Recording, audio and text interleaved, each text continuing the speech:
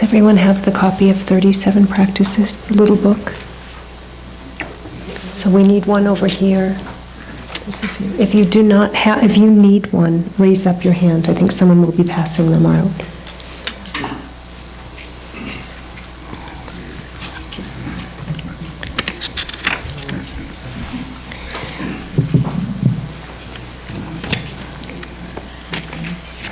So for our opening prayers, we'll recite the 37 practices of the Bodhisattva, starting on page 2. Namo Lokeshwaraya. While seeing that all phenomena neither come nor go, you strive solely for the sake of all beings. Supreme Guru and Protector Chenrezig, at all times I respectfully pay homage to you with my body, speech, and mind. The perfect Buddha's source of all benefit and happiness arise from having accomplished the true Dharma. Since that depends on knowing the practices, I shall explain the way of the Bodhisattvas. Having now gained this great ship of freedom and fortune, so difficult to find, in order to free yourself and others from the ocean of cyclic existence, listen, reflect, and meditate day and night without distraction. This is the way of a Bodhisattva. Attachment to loved ones churns like water. Hatred for enemies rages like fire. In the darkness of ignorance, one forgets what to adopt and what to avoid. Abandon your homeland. This is the way of a Bodhisattva. When negative places are abandoned, disturbing emotions will gradually decline. Without distractions, attention to virtue naturally grows. When the mind becomes clear, certainty in the Dharma arises. Live alone in seclusion. This is the way of a Bodhisattva. Family and longtime companions will part from each other. Possessions gained with effort will be left behind. Consciousness, a guest, will leave the guest house of the body. Let go of all worldly concerns. This is the way of a Bodhisattva. In bad company, the three poisons grow stronger, and the activities of learning, reflecting, and meditating decline, and love and compassion are lost. Give up such companions. This is the way of a Bodhisattva. When one follows a true spiritual friend, faults will dissolve, and good qualities will grow like the waxing moon. Consider this friend more dear than your own body. This is the way of a Bodhisattva. Who can worldly gods, themselves imprisoned in samsara, protect? Therefore seek refuge in the three jewels, the undeceiving source of refuge. This is the way of a Bodhisattva. The Buddha taught that all the unbearable suffering of the lower realms is caused by wrongdoing. Therefore never act wrongly, even at the cost of your life. This is the way of a Bodhisattva. Like a dewdrop on a blade of grass, the happiness of the three worlds vanishes in but an instant. Strive for the supreme state of never-changing liberation. This is the way of a Bodhisattva. When mothers who have loved you since beginningless time are suffering, what good is your own happiness? Therefore, give rise to bodhicitta in order to liberate infinite sentient beings. This is the way of a Bodhisattva. All suffering, without exception, comes from seeking your own happiness. The perfect Buddhas are born from the altruistic mind. Therefore, truly exchange your own happiness for the suffering of others. This is the way of a Bodhisattva. Even if someone driven by great desire steals all your wealth or lets others steal it, dedicate to them your body, possessions, and all virtues of the three times. This is the way of a Bodhisattva. Even if someone cuts off your head when you haven't done anything wrong, take all their negative deeds upon yourself through the power of compassion. This is the way of a Bodhisattva. Even if others slander you throughout a billion worlds, in return speak with a loving mind of their good qualities. This is the way of a Bodhisattva. Even if someone exposes your hidden faults and insults you in front of others, view that person as a teacher and bow with respect. This is the way of a bodhisattva. Even if someone you have cared for as dearly as your own child regards you as an enemy, love that person even more, as a mother would her ailing child. This is the way of a bodhisattva. Even if someone of equal or lower status, driven by pride, treats you with disdain, respectfully place them on your crown as your teacher. This is the way of a bodhisattva.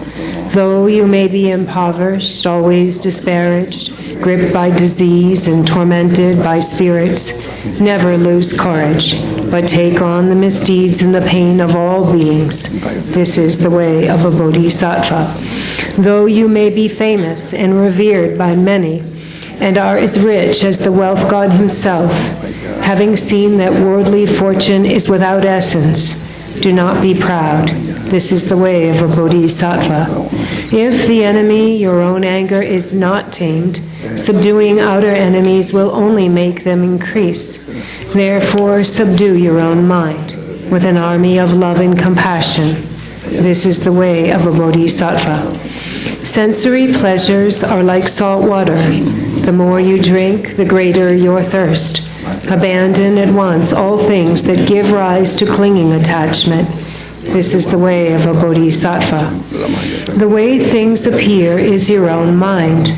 Mind itself primordially transcends fabricated extremes. Knowing just this, do not create concepts of subject and object. This is the way of a bodhisattva. When you come across things that attract you, like beautiful rainbows in summertime, do not regard them as real and abandon clinging attachment. This is the way of a bodhisattva. All suffering is like the death of your child in a dream. How exhausting it is to hold illusory appearances as real. Therefore, when you meet with difficult circumstances, see them as illusory. This is the way of a bodhisattva. When even one's body must be given up when aspiring for enlightenment, what need is there to mention material things? Therefore, practice generosity without hope of reward or karmic results. This is the way of a bodhisattva. If you lack moral discipline, you cannot accomplish even your own purpose. So wanting to achieve the purpose of others is truly absurd. Therefore, protect your discipline without concern for worldly existence. This is the way of a bodhisattva. For bodhisattvas who desire a wealth of virtue, all harm is like a precious treasure. Therefore, without hostility, be patient with everyone. This is the way of a bodhisattva. Even hearers or solitary realizers who accomplish only their own purpose strive as if putting out a fire on their head. Seeing this, practice with diligence the source of good qualities for the sake of all beings. This is the way of a bodhisattva. Disturbing emotions are destroyed by insight, grounded in calm abiding. Knowing this, cultivate meditative concentration that purely transcends the four formless absorptions. This is the way of a bodhisattva.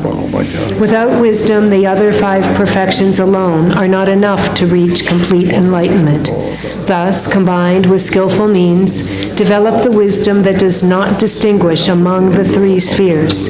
This is the way of a bodhisattva. Unless you examine your own confused ideas, you might look like a practitioner but not be acting like one. Therefore, always examine yourself and abandon confusion. This is the way of a bodhisattva. If you are driven by disturbing emotions and talk about another bodhisattva's fault, it is actually to your own detriment. So don't mention the faults of those who have entered the great vehicle. This is the way of a bodhisattva. Concern for gain and respect causes conflict and a decline in the activities of learning, reflecting, and meditating. So abandon attachment to your circle of friends, relations, and benefactors. This is the way of a bodhisattva. Harsh words disturb others' minds and thus diminish the practice of a bodhisattva. Therefore, abandon harsh speech, which is unpleasant to others. This is the way of a bodhisattva. When disturbing emotions become habitual, it is difficult to reverse them with antidotes. Thus, the soldier of mindfulness wields the antidotes as weapons and destroys disturbing emotions such as attachment the moment they start to arise. This is the way of a bodhisattva. In brief, whatever you are and whatever you are doing, always examine the state of your mind. Act to accomplish the purpose of others through constant mindfulness and awareness. This is the way of a bodhisattva. With the wisdom of threefold purity, dedicate all the virtue gained from having made such effort toward enlightenment. Dedicate it to clear away the suffering of infinite beings. This is the way of a bodhisattva. In accordance with the words of the holy ones regarding the meaning of the sutras, tantras, and their commentaries, I have written these 37 verses on the way of a bodhisattva for those who wish to train on the bodhisattva's path. This composition will not be admired by the learned because my intellect is poor and my education is limited. However, I have followed the sutras and the words of the holy ones, so I believe these ways of a bodhisattva are not mistaken. Still, because the vast deeds of a bodhisattva are difficult to grasp by simple-minded beings like myself, I beg forgiveness of the holy ones for the mass of my errors, such as contradictions and inconsistencies. By the virtue arising from this, may all beings give rise to relative and ultimate bodhicitta, and thereby become like the protector Chenrezig, who does not abide in the extremes of existence or peace.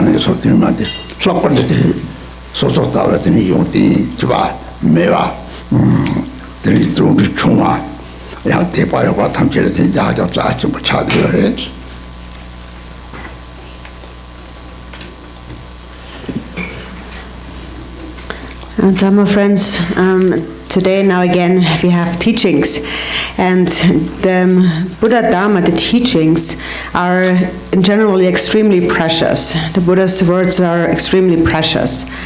But then, me being the one who is explaining these teachings, I'm not someone that has a lot of learning or great qualities at all. and I might not be able to express these teachings so eloquently. However, I do have some understanding on the 37 Bodhisattva practices.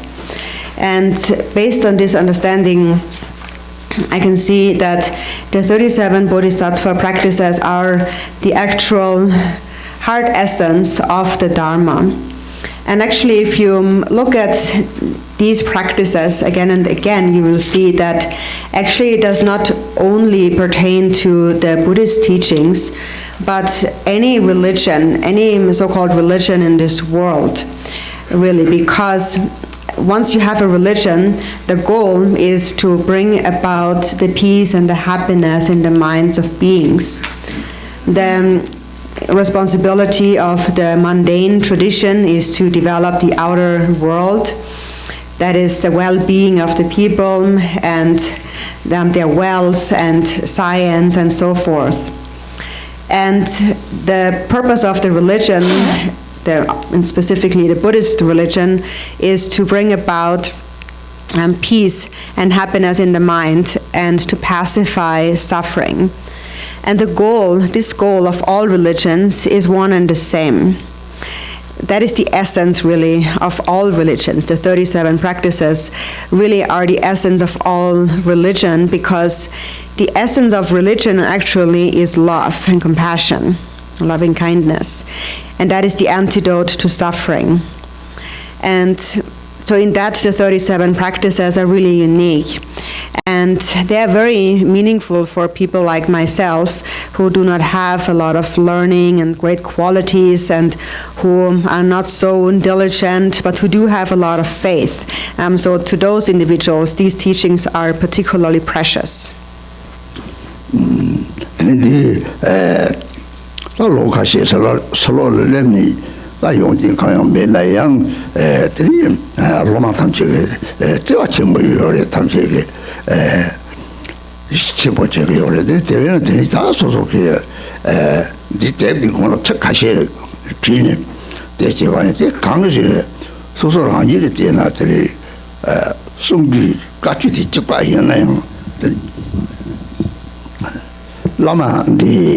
Rangla, yala tepata, solo tevaiola, ti lama gevishin, di song de una, telatine, terchapasi palatine, the song de young Piman Wachipa, the town, the Lord of what they know, child. The witch Tama, man, is just after some Teachimbo, the some Tena, or this is the go to Kashi Jul. They come with it. We need to stay something like Pama Maziva, Yoma, Navasaji, Tawa, Hakos, Pama Mazaji, Maret, they will not stay out somebody road. The reach of Nala Tevayola, it doesn't have to have a tower and English of what they do yacht. That was it. They do yacht. They come in the Hintawa Italy, Sancho Simrate. Sancho Sims, you other come with the Masuchipo Mani, Hakon, do some just Haji, some take it, Nintawa. They come here. Do some just Haji, some take Sancho Simcho Rinpoche, De Pata, Mazo, Tata Saji, some take it. Tata the Chuluk from Tachipo Yang, Sancho Simmelamatica, your marriage. Chuluk Didaka, Sancho Simcho, Sungu Yomi, Hakon, something that's all my gene, your marriage. The rest of that day, you something just on you, but that's what they were talking. They were not water. 17 times they were just a debated. They were just put them on the water. Something they were this was Saji Tamjika Togam Red. They were not in the Sancho Sende Rangi Maki or give a top. Lot of number here, give a man, but top to a person talk. Going to pay a tabletry, they might need. They don't them the Nagitri, so to tell you what in your palatine, no Nagitri, and they have top man of the council. In the woman boy, you catch it in the of the Yana, two Sabacoya, I don't like it. So Sabacoya, I mean, I think that Java Tamsin in Bandava, the recovered Juvelama, the Nibaran Pochilla, Lama, so catches on you do the way. 나는 책 망고는 책 레다만 망고나 망고는 얘도 침보요래 고소라 되다고 대다 쓰는 요래 퀸도 봐 시작하고 따리 첸들서 기왕하시고 봐 레드블레요 봐 하고래 상록도는 대대대도 착하시 등악지 봐야지.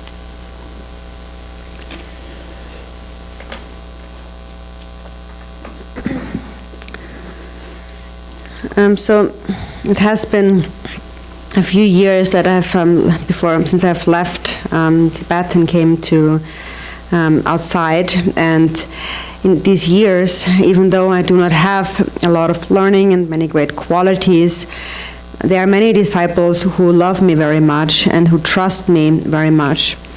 And now, especially for their sake, I have actually wrote this brief verse in the very beginning of the 37 Bodhisattva Practices, which begins with, "As you have been my parents, I love you," and so forth. So my disciples like to come and receive the teachings, and that is because there is a bond of love. So then if the Master, the Lama who gives the instructions, loves the disciples, and the disciples really love that Lama and have devotion and faith in those words, then those words actually have a very special power for that disciple, for this reason. It is just like light energy or like electricity. It becomes very a powerful force that comes from this relationship of love. And so because I love you all very much, I've written these words here. I've added these words, the first verse, to the little booklet. And it begins with, "As you have been my parents." And it is really true. If you understand the Buddhist view, then you know that there is not a single being who has not been your parents. And this is how I love all sentient beings, just like that. And then here it says, "And because to those who love me, I wish to give something that is like my own heart. And so because I know that you also love me, I want to give you something which is just like my own heart." And the heart really is bodhicitta. And what is bodhicitta? Actually, it is not just something that I possess, but all the Buddhas of the 3 times possess bodhicitta. They have all called it the precious jewel of bodhicitta.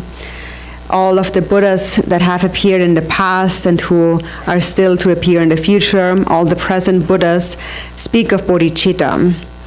And throughout the 4 major Buddhist lineages, there is no one who doesn't speak about bodhicitta. And in fact, even in other religions, they might not call it bodhicitta, but there is really no religion who wouldn't consider love as most important. It's important for everyone, even an animal, for example. The more love you have, the more happiness you will experience. So that is why we say, may all sentient beings have happiness and the causes of happiness. And the only and unmistaken cause of happiness is love. And that is why it is the heart of all the Buddhas of the 3 times, the precious bodhicitta. And the teachings are a method to give rise to bodhicitta first, where it has not yet arisen. And that refers to the teachings on the 4 thoughts that turn the mind. And then secondly, the method for bodhicitta to not decline where it has arisen, and that refers to the practices of the 6 paramitas. And then thirdly, to further increase this bodhicitta, that refers to the teachings on the twofold truth. Personally, I find, having gained an understanding of these teachings, they really have become like a precious jewel to me. Something that I've never actually found before, something very special. And now when that jewel of bodhicitta is present, then you just naturally want to listen to any Dharma teaching. Even if you don't understand everything that's being said, still you want to listen to those teachings. For example, often His Holiness the Dalai Lama gives extensive teachings, or other great lineage masters like Nupa Rinpoche and so forth. They give extensive teachings, and also I personally feel, even if I cannot understand each and every word, still want to listen to it, and that is because of their bodhicitta. And also those of you who want to listen to those teachings, it is due to your great merit. It is a sign that you possess great wisdom, and that you have an understanding of past and future lives and karma, cause and effect. So in any case, these are those few words that I added to the beginning of the booklet.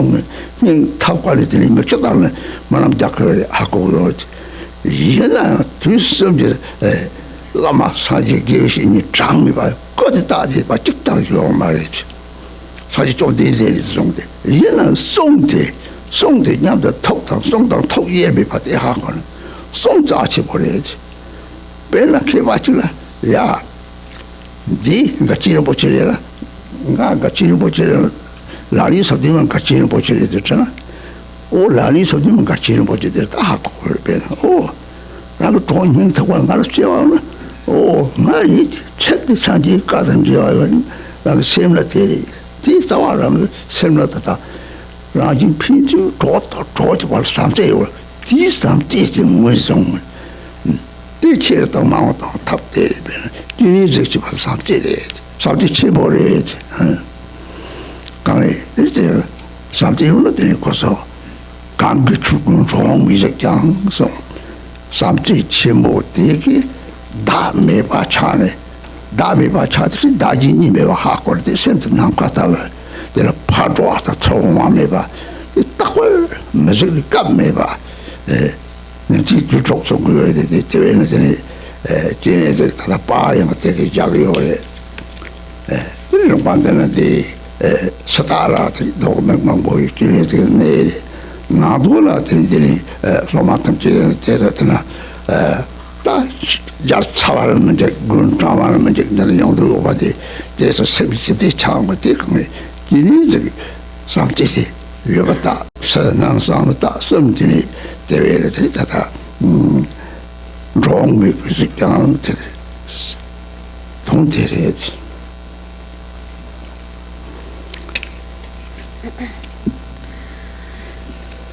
And so because these practices are so precious, wherever I have gone, all these countries, I insisted that these 37 practices will to be translated into the respective languages of whichever country I visited. And actually, I would even say that if you would not be able to, if you wouldn't translate the 37 practices into your languages, then I wouldn't even go there, because then I would feel that it is just empty. Me going there in itself is just empty. Because then if I wouldn't be able to place these 37 practices into their hands, me just going there would be, in a way, a waste. I would just eat people's food and take all of their money.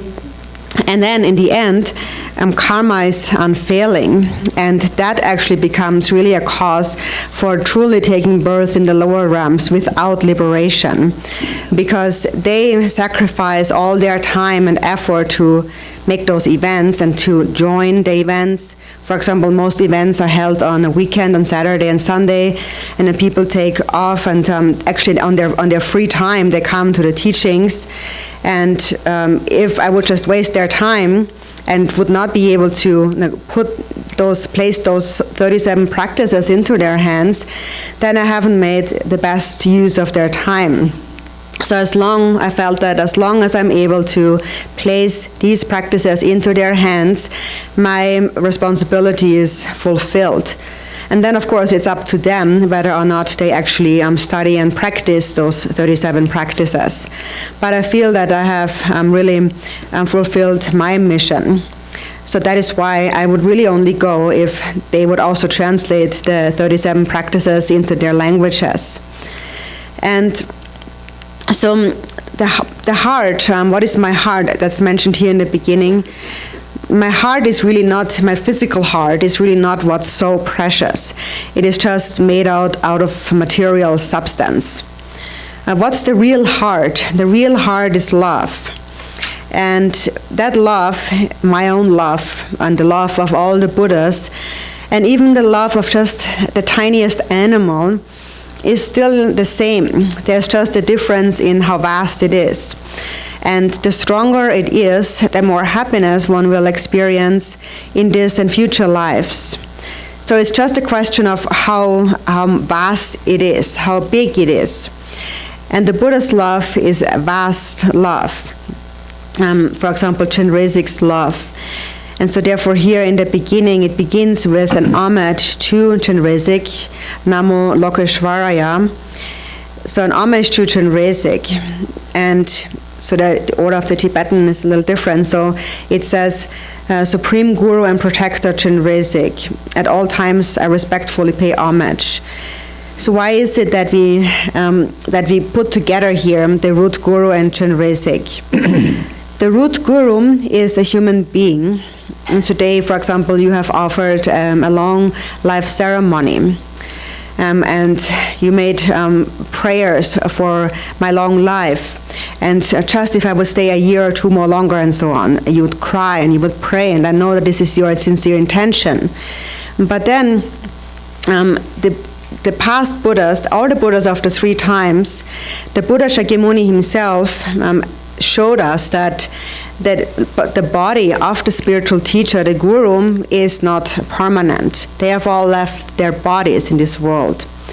But then what remains and what is more precious than the physical body is the guru's teachings, the speech and the mind. The speech and the mind are actually indivisible. So if like a wise person would look at me and see explain who is Garchen Rinpoche. Now, is it this physical form? Is this Garchen Rinpoche, or is it the 37 Bodhisattva practices? The wise person would know that Garchen Rinpoche is the 37 Bodhisattva practices. All of those friends of mine who love me very much, if you love me, please recognize this to be who I really am, the 37 practices. Because the Buddha himself had said the mind is what's most important. And we need to recognize that the essence of all the Buddha's words is this love, the love that we have between us companions. And the Dharma is just a way to develop, to increase our love. And so Chenrezig is mentioned here because who is Chenrezig? He represents great love. And so someone like him, it says here, sees that while seeing that all phenomena neither come nor go. Chenrezig, with great love, due to great love, self-grasping has diminished. And when there is no more self-grasping, then one realizes the indivisibility of self and other, that the mind is vast like space, beyond coming and going. And for this reason, Chenrezig always looks upon us. There is never a time where he doesn't look upon us. Therefore, we say throughout the 6 periods of day and night. To represent that, we also have added this image of Chenrezig here. And actually, this particular place is also a holy site of Chenrezig. We can see, for example, on our rocks and so on, there are the eyes of Chenrezig. And that's just an outer sign. That's an outer sign that this place is a holy site of Chenrezig. And an inner sign that this site is Chenrezig's place is that disciples who come here, they come here no matter no matter how hard it is. They are not afraid of the heat, they're not afraid of the cold. They come here and they experience peace and happiness. And that's a sign that this is a holy site of Chenrezig. So there are many signs, outer, inner, and secret, that this place is Chenrezig, a place of loving kindness and compassion. Robert on the Tibetan pass. Draw me pass city. Now color drawing your marriage. Young Tibetan drawing yours, part of Charum. Jump on the drawing your marriage. Yeah, Charum the drawing yours, Grayaro. Charum type. Chiton, Chiwacho, Mountain Chatting, cross of Grayaro. These are the charging into the Todam with the Magani, the drawing with us to party. No cut away, just what our is. Tabachi will not eat the Tabachi been low on the Sunday or something. The stage was the same shots of the Tiki Bese jumps on a Tabachi Paji chairs. Yeah, the Tabachi what you are sending me jumps on the way is. The same day, they took the zone opportunity, busy on you. Tabachi volatility, wrong paper, just a paper. This one that with the Bengalina, it was a quite on the other draw. I was so up one draw. Draw it up, Madura, or read the charter and draw do. Matan, the draw that and transition, Zook may perceive in Tampi. Draw it is sort of town, not send not all draw, not all the draw take a laser. The lazy, that is Zook. 3 days. Nidina, down in the shell. Take a laser draw talk chat, so Papa Yamichi the secretary. Draw talk the new more talk the Chipachicami. Da Chipachicami. So door the dandy the new more talk. Tema to Chichacona. Three Malari Beson. Corn see, Jita church. Corn see, Yonaris. Casti, Jita town, the sauce, Jita not talk church. Nam tall, what I'm saying, I showed it. Take a laser, shot a child of Chasson. They hark on it, Tatako. Drawn over the mirror, draw the Mado, chip at the harpona. The sins are not all talk, Santri. They by needle. Tashi, that didn't demba in so catchable. Taco dog deba catchable. Good look at demba the Yakuham Magona. Tonda with the thought of me. Don't that was about and half or something. Oh, don't that dodging him without shelter, sending him without the half over. Later, Park Charter and I kept to my child, shall to your marry. Better down to them, go to the something the half away. Oh, Sancho said such a place. So I did this and do some Jim without Mundo subs. That I'm from Bemmango Yoko. This is our career. Oh. Dandy the new what is doing the Harcourt, the Mr. Harcourt, the new what the Maple Salt is, Jibbing Lord Joy or such chalk struggle, none something that is a struggle. Then could you choose some cheese? I took some much or top. 차대래. 그랬더니 로봇은 찍도 좀 해봐. 송더니 다 뒤속지 사지에 답지 죽거든. 롱걸 죽고. 들이 상지 그 이렇게 되는 로봇 동생은 그러다가 심지 답지에 동네 님심에 받는 거예요.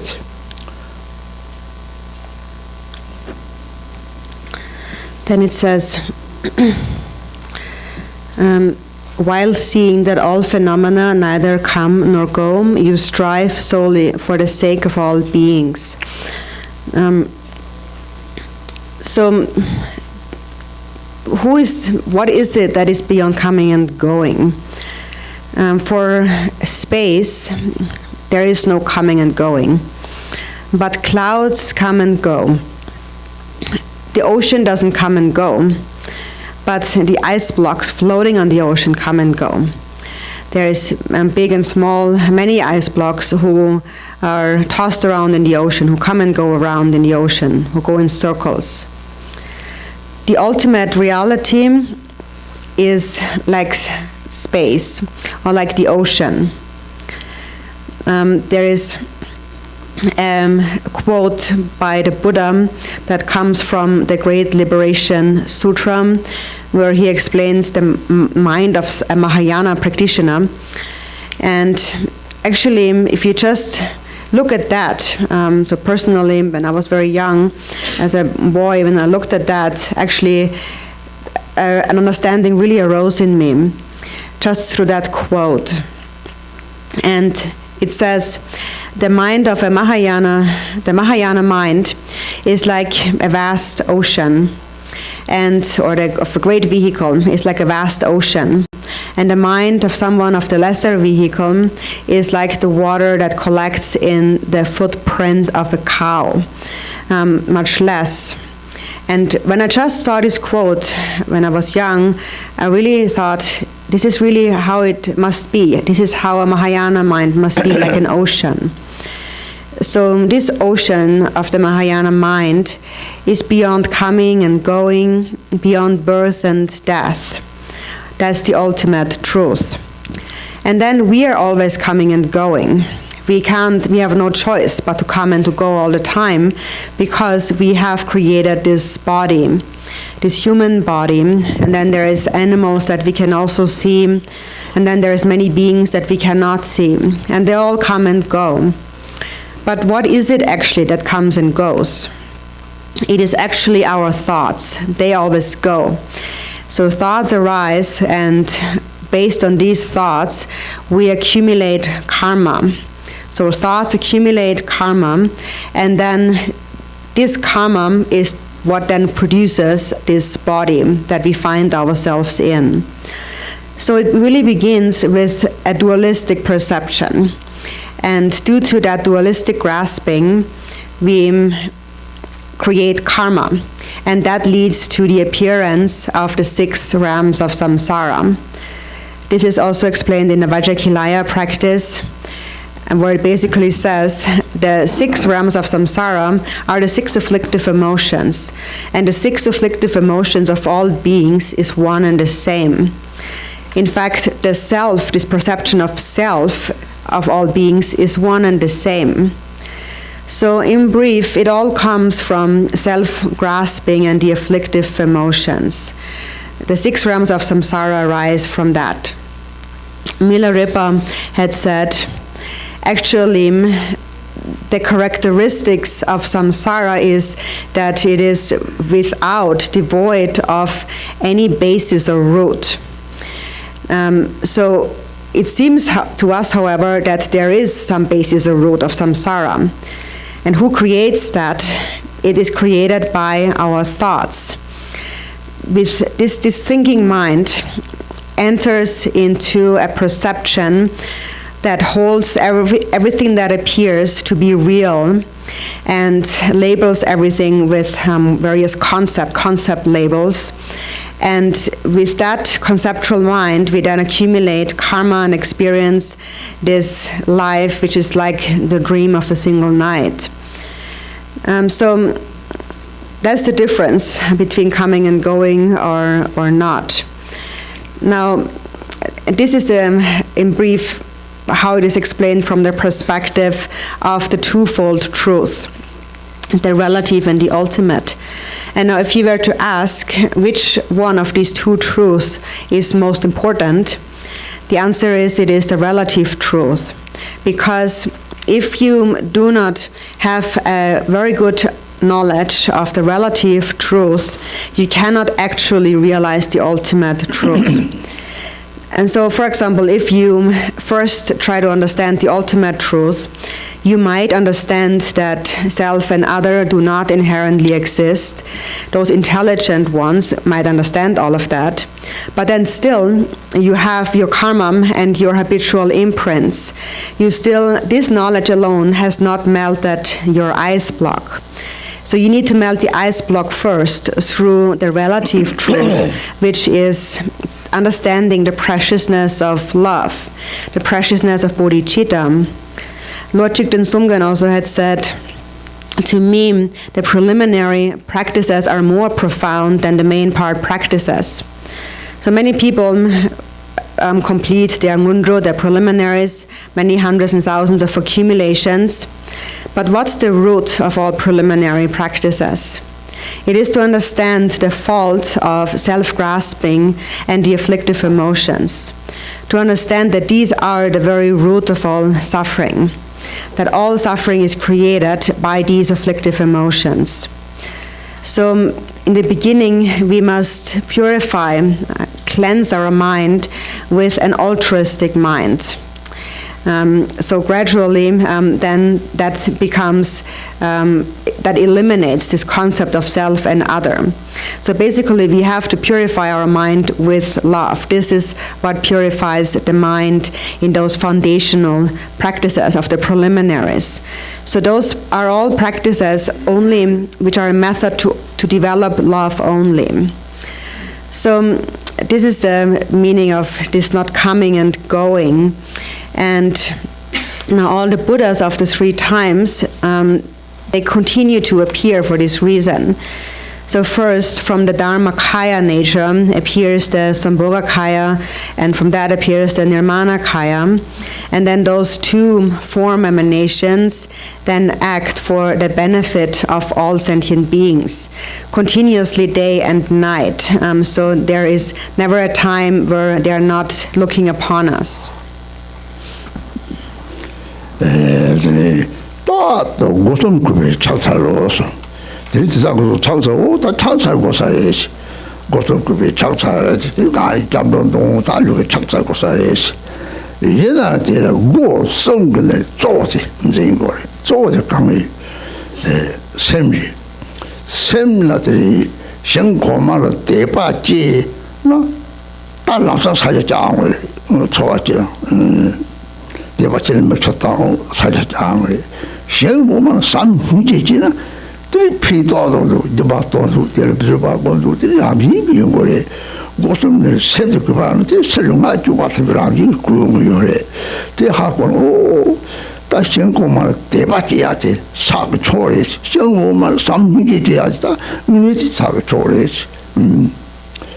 그래서 고슴 그게 삼사들 나이 쓰고는 또 샘지 삼세상 맞아나 마구야 가르치게 다 제당도 차도지나 다 조비지 라마게비시나 록다치를 채도지를 거바다 그래 시험만 쪽바자 그래 다 제당 차도를 대기들이 마구바 지와지 제당 다 차도를 대 나진이 지역을 뒤 세상 차도고 나면 또 집어서들이 막을 봐 창어 대하고나 이 소소랑이 절대되라고 그래 오라 탐모자는 신이 라만들 대바마치라 탐모때가 차도 차대 내가 나도 고슴 그들이 세드 그거도 세드 그다 전공만 대박 우리 요거도 세고만 삼hin게 되잖아 딱 그바 제레스 그래서 용아 있어서 탐지 피바다 대사와 누가 빵들이 이는 누가 사다다 빵이 이비 라비그 이는 라비그 빵도요래 되면 또 sab제도 봐요 대답은 오 냥이지야 되래 다도 고슴 급에 착살로서 And then it says, I respectfully pay homage to you with my body, speech, and mind. So now when you read this, paying homage or offering prostration, you might think that now I probably just need to prostrate. So there is, we think that I need to say some refuge prayers and offer some physical prostration. But it says here the 3 doors of body, speech, and mind. And so of those 3 doors, the mind is most important. And so to be respectfully paying homage, therefore really means to give rise to sincere faith and devotion to those higher beings. And we can see, for example, when you really develop pure faith and devotion, then just immediately you will join your palms and a real feeling arises, you're moved to tears and so forth. Or when you see a sentient being, then you would feel a sincere feeling of love and compassion, and therefore you would do something to help them, or to be generous, or to practice patience. All of this would happen naturally. So if the mind is respectful in this way, then the body and the speech will naturally begin to move. They're moved by that kind of mind. And so to cultivate such a faith in the higher beings like the gurus, that is the most supreme prostration. And also to cultivate such love and compassion for sentient beings is the most supreme prostration. So of the prostration of body, speech, and mind, therefore the mind is most important. And it means to be respectful with your mind really means to never separate from a mind of love for all sentient beings, and to not allow that to become interrupted by thoughts of anger and jealousy, in particular between friends, also between disciples and their teachers and so forth. Now, when we allow these thoughts of anger and jealousy to remain in our mind, then we might develop a wrong view or doubts regarding our teacher, and then we slander that teacher and so forth. And so this is what then happens. We act out. When thoughts of anger and jealousy arise within us, then we begin to accumulate karma. So this is disrespect. So this is what must not remain within our mind. Those thoughts of anger and jealousy is the disrespect, the opposite of respectfully paying homage. With these thoughts arise from a mind of self-grasping. And the very moment they begin to arise, the mere arising of the thought of anger or jealousy is disrespectful in itself. So we have to be sincere in our action also. Also referring to myself, often we not just join our palms into we bow down to a teacher who comes in and so on, but maybe we don't really feel anything. Maybe we don't feel like any kind of special feeling of devotion and faith. So that's also not necessarily respect. Respect comes from within your mind. It's a real feeling of faith and devotion. That is respect. And it is a real feeling, an actual feeling of compassion for sentient beings. So that itself is respect.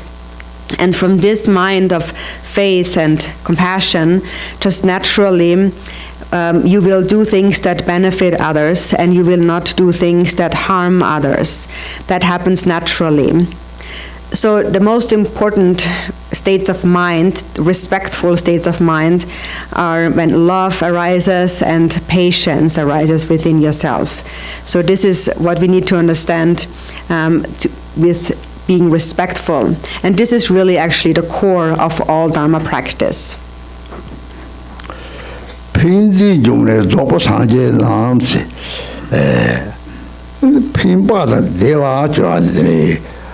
강리지나 내가 빈바다 타톡 되와서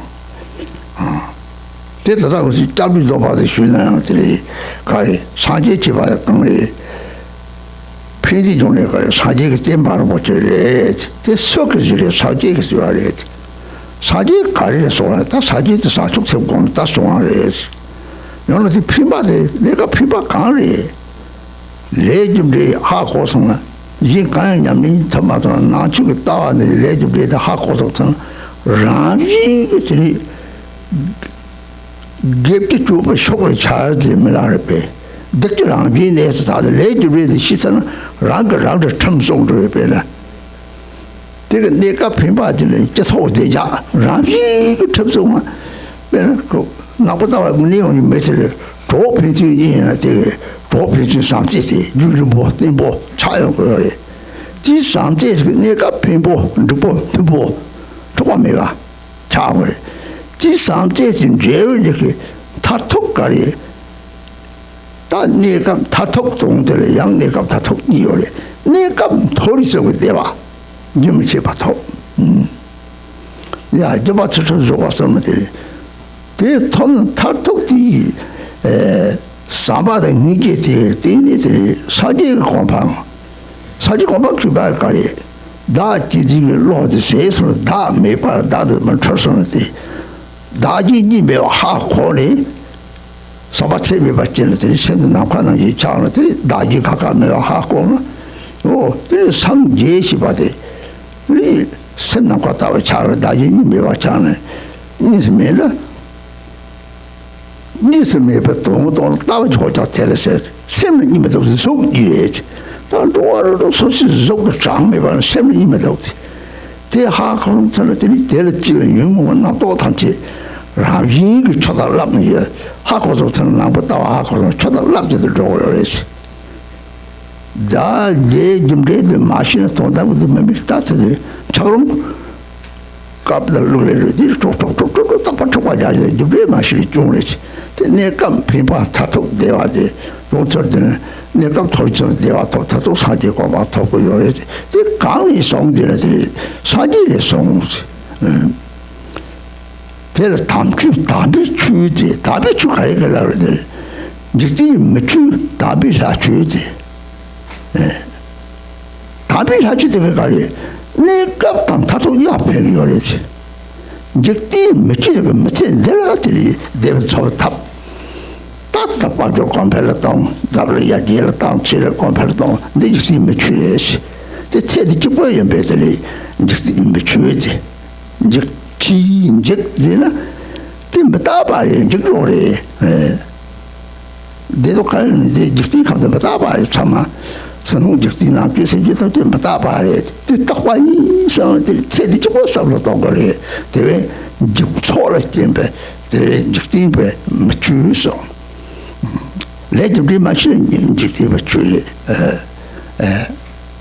그 레지브리 시름을 답을 하주나 딱 거봐자 그거래 대회들이 다다 데레지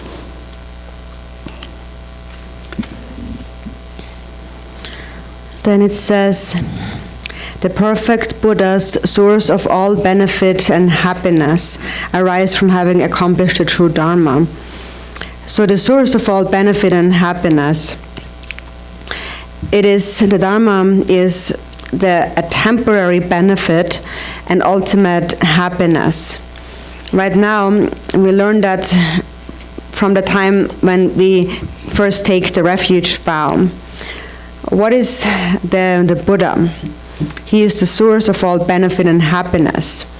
This is the Buddha's teachings, the precious teachings of the Buddha. And who had created them? Where do they come from? They come from the Buddha. And how did he bring those teachings about? They are brought about, they are like a product of bodhicitta. This is what the teachings are.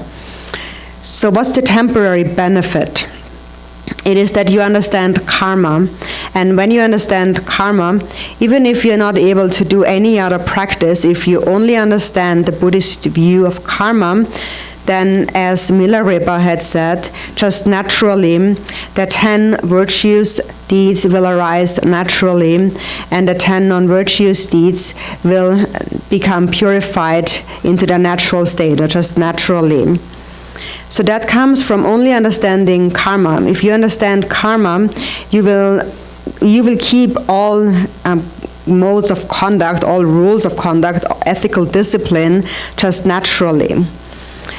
Naturally, you will get along with the people around you in your community, even in a worldly sense.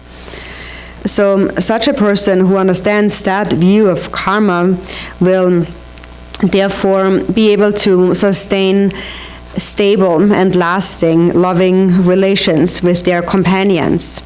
They will be able to be companions for a long time and with great stability. So that's the temporary benefit. People will be loving and kind to each other, and they will be harmonious, and there will be no arguing and fighting and so on. So that's temporary. And then there is an ultimate benefit. So the temporary benefit is first attaining birth in the 3 higher realms continuously. And that mainly comes from the practices of generosity, ethical discipline, and patience. And then ultimately, through sustaining love and compassion, the ultimate happiness is to attain the state of Buddhahood. And that state of Buddhahood is a state where all self-cherishing concepts, the self-cherishing mind has completely been exhausted. The confusion, the confused thoughts perceiving a self have all collapsed, and you realize that self and other are actually indivisible, non-dual. That is realized because you have cultivated immeasurable love. Through immeasurable love, the mind is realized as space-like by nature, and that is when you realize the non-dual nature of self and other. So that is a Buddha.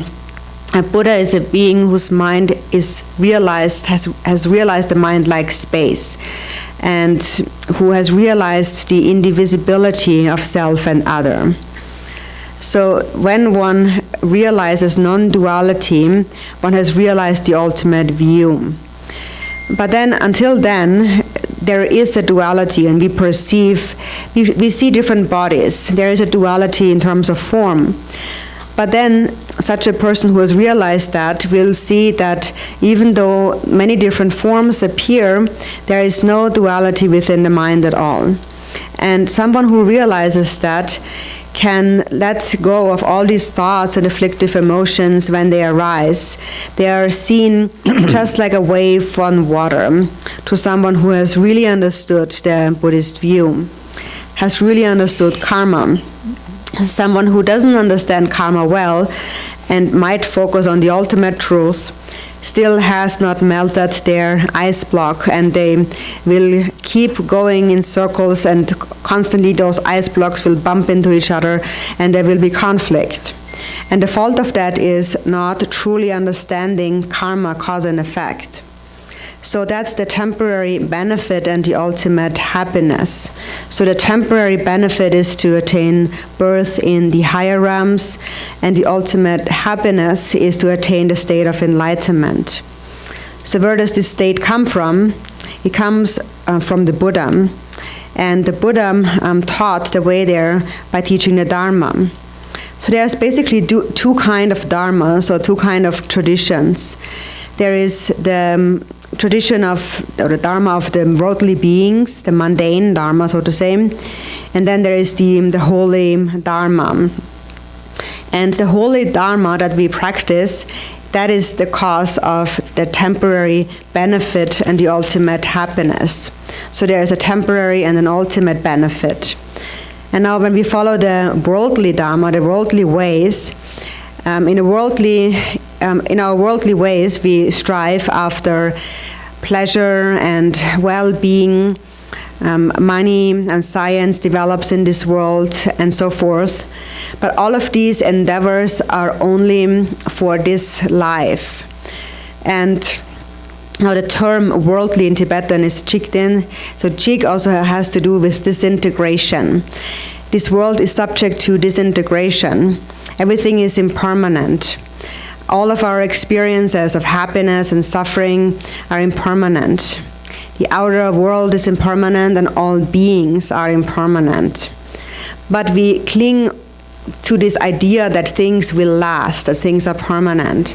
And because of this thinking, we only think about this life, the pleasures of this life. So somebody who doesn't really understand karma, in brief, if one doesn't understand karma, then one really follows the worldly ways. And someone who does understand karma is someone who walks the Dharma path.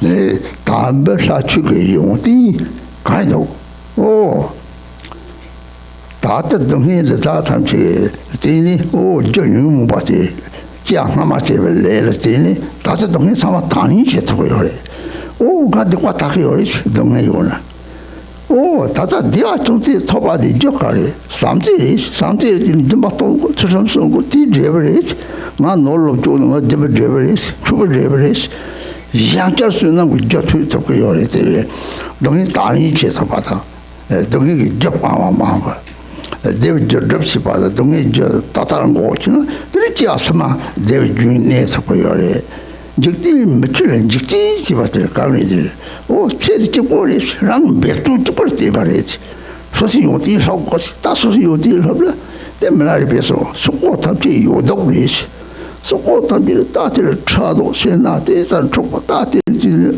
독소견들이 야고처럼 뭐 봉을 잡아마도 그래서 소원들이 뜻하는 얘기들이 소원들이 산이 셔리가들이 라고 버지 탑지가 빠져로 가버를 죽었다 그리고서도 셔틀이 실랑은 실냐 왔다 오로레스 오 다들 너무 탑지가 마삼선 가서 군노 왔다 손스 동이 저 빵미시 제랑다 타도 빵마시 데비지 sabte 다 보자 마시나 오늘 다다 네와 토바한테 지야 아마가는 지 사바다 니지 제거이 바데 하고요 말이 사바다 인지 제당다 타도 왔다 대지르들이 레좀제 마시베 데비지 미시 동이 저 빵미시 됐다 동이 장장레스 그래서 고요 도고 보미도 용이 이거라도 그래서 말아베 소리나 동의레스 뭐보나 동의레스 다비라 치시스는 레지레시스는 오 소리나 디아리스 오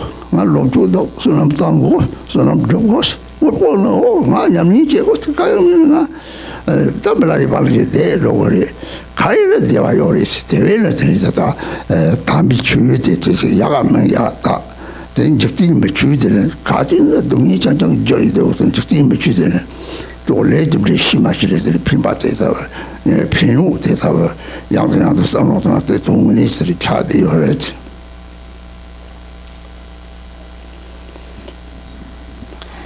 And so what is the quality of the Holy Dharma? It is that we recognize that the suffering that we experience now in this life is something that we have created ourselves in a previous life. The suffering that we experience now is created by our own afflictive emotions and the actions that we have committed, driven by these afflictive emotions.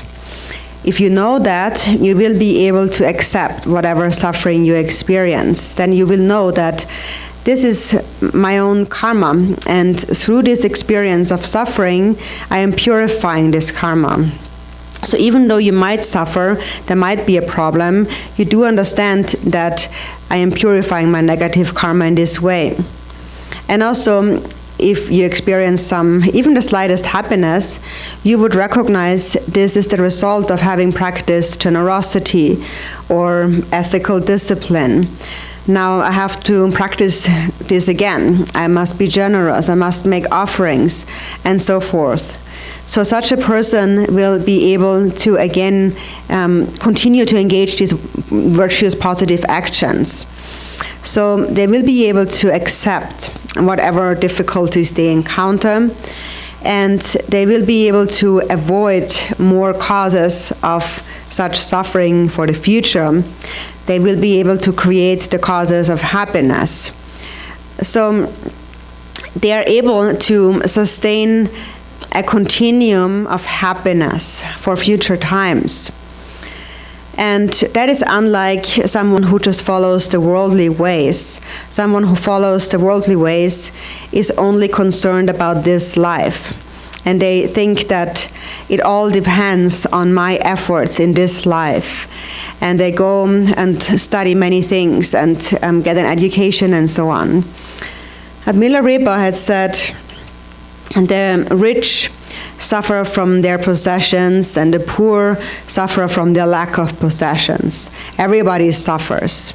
And we suffer, the rich for instance, suffer because of jealousy and stinginess and greed, and even if they just lose a little bit, it disturbs them greatly, but still they don't really want to make any, even if they could, they don't really want to make any offerings to the three jewels, and they don't really want to help anyone in need. They are like mice, accumulating, collecting many things. And then before they die, often it happens that their relatives, their children, for example, begin to fight over their house and over their possessions before they die. And so then that person who dies with an angry mind, and that will then plunge them into the hell realm. And then they experience immeasurable suffering. So a person who recognizes all of that would know that actually all the difficulties I experience in this life is something that I have done to myself in some ways. I have created those causes of suffering, and such a person will therefore be able to abandon that for good, give up all negative actions that lead to suffering, and they will know how to hold on to the causes of happiness. For someone who doesn't understand that, they will just disregard all of that and not understand that their fortune that they experience now in this life is only the result of love and compassion. And so basically those worldly beings are beings who don't believe in karma, and they are constantly troubled by thoughts of jealousy and anger and so forth. They don't know how to sustain a continuum of happiness for future times. And in this way, they sink in suffering. So that's why Milarepa said, no matter who you are, all beings suffer. The rich from their possessions and the poor from their lack of possessions. So someone who really understands karma, and which is the essence of the Holy Dharma, no matter what, they will always be happy. If they are rich, they will be happy. They recognize that this wealth is the result of my merit, and I must create more merit now. And if one is poor, one would also be content and think that now I can practice, just like Milarepa. They can stay just like Milarepa and engage in practice. So for such a person who understands karma, they can be happy in any circumstance. So that's why we call this the Holy Dharma, the tradition of the Holy Dharma. So it gets this better name as opposed to the worldly ways where there's only suffering. And so mainly what makes the difference between those two ways is one's understanding or lack of understanding of karma, cause and effect.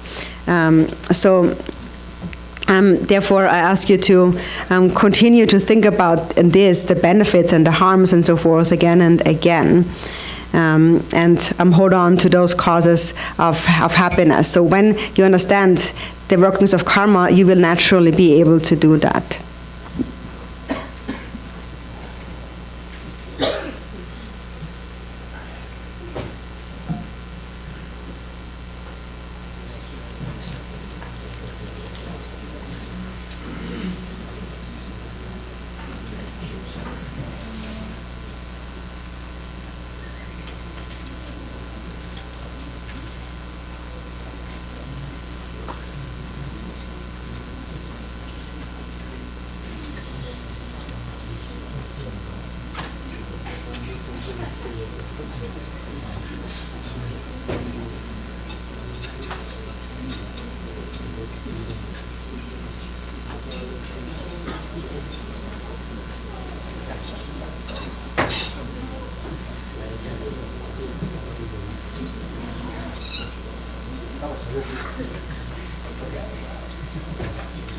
Maybe take a break.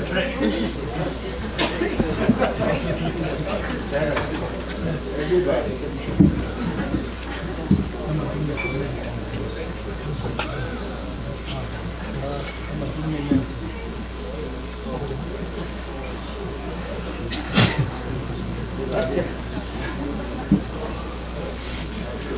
Take a break for half an hour. Come back 45.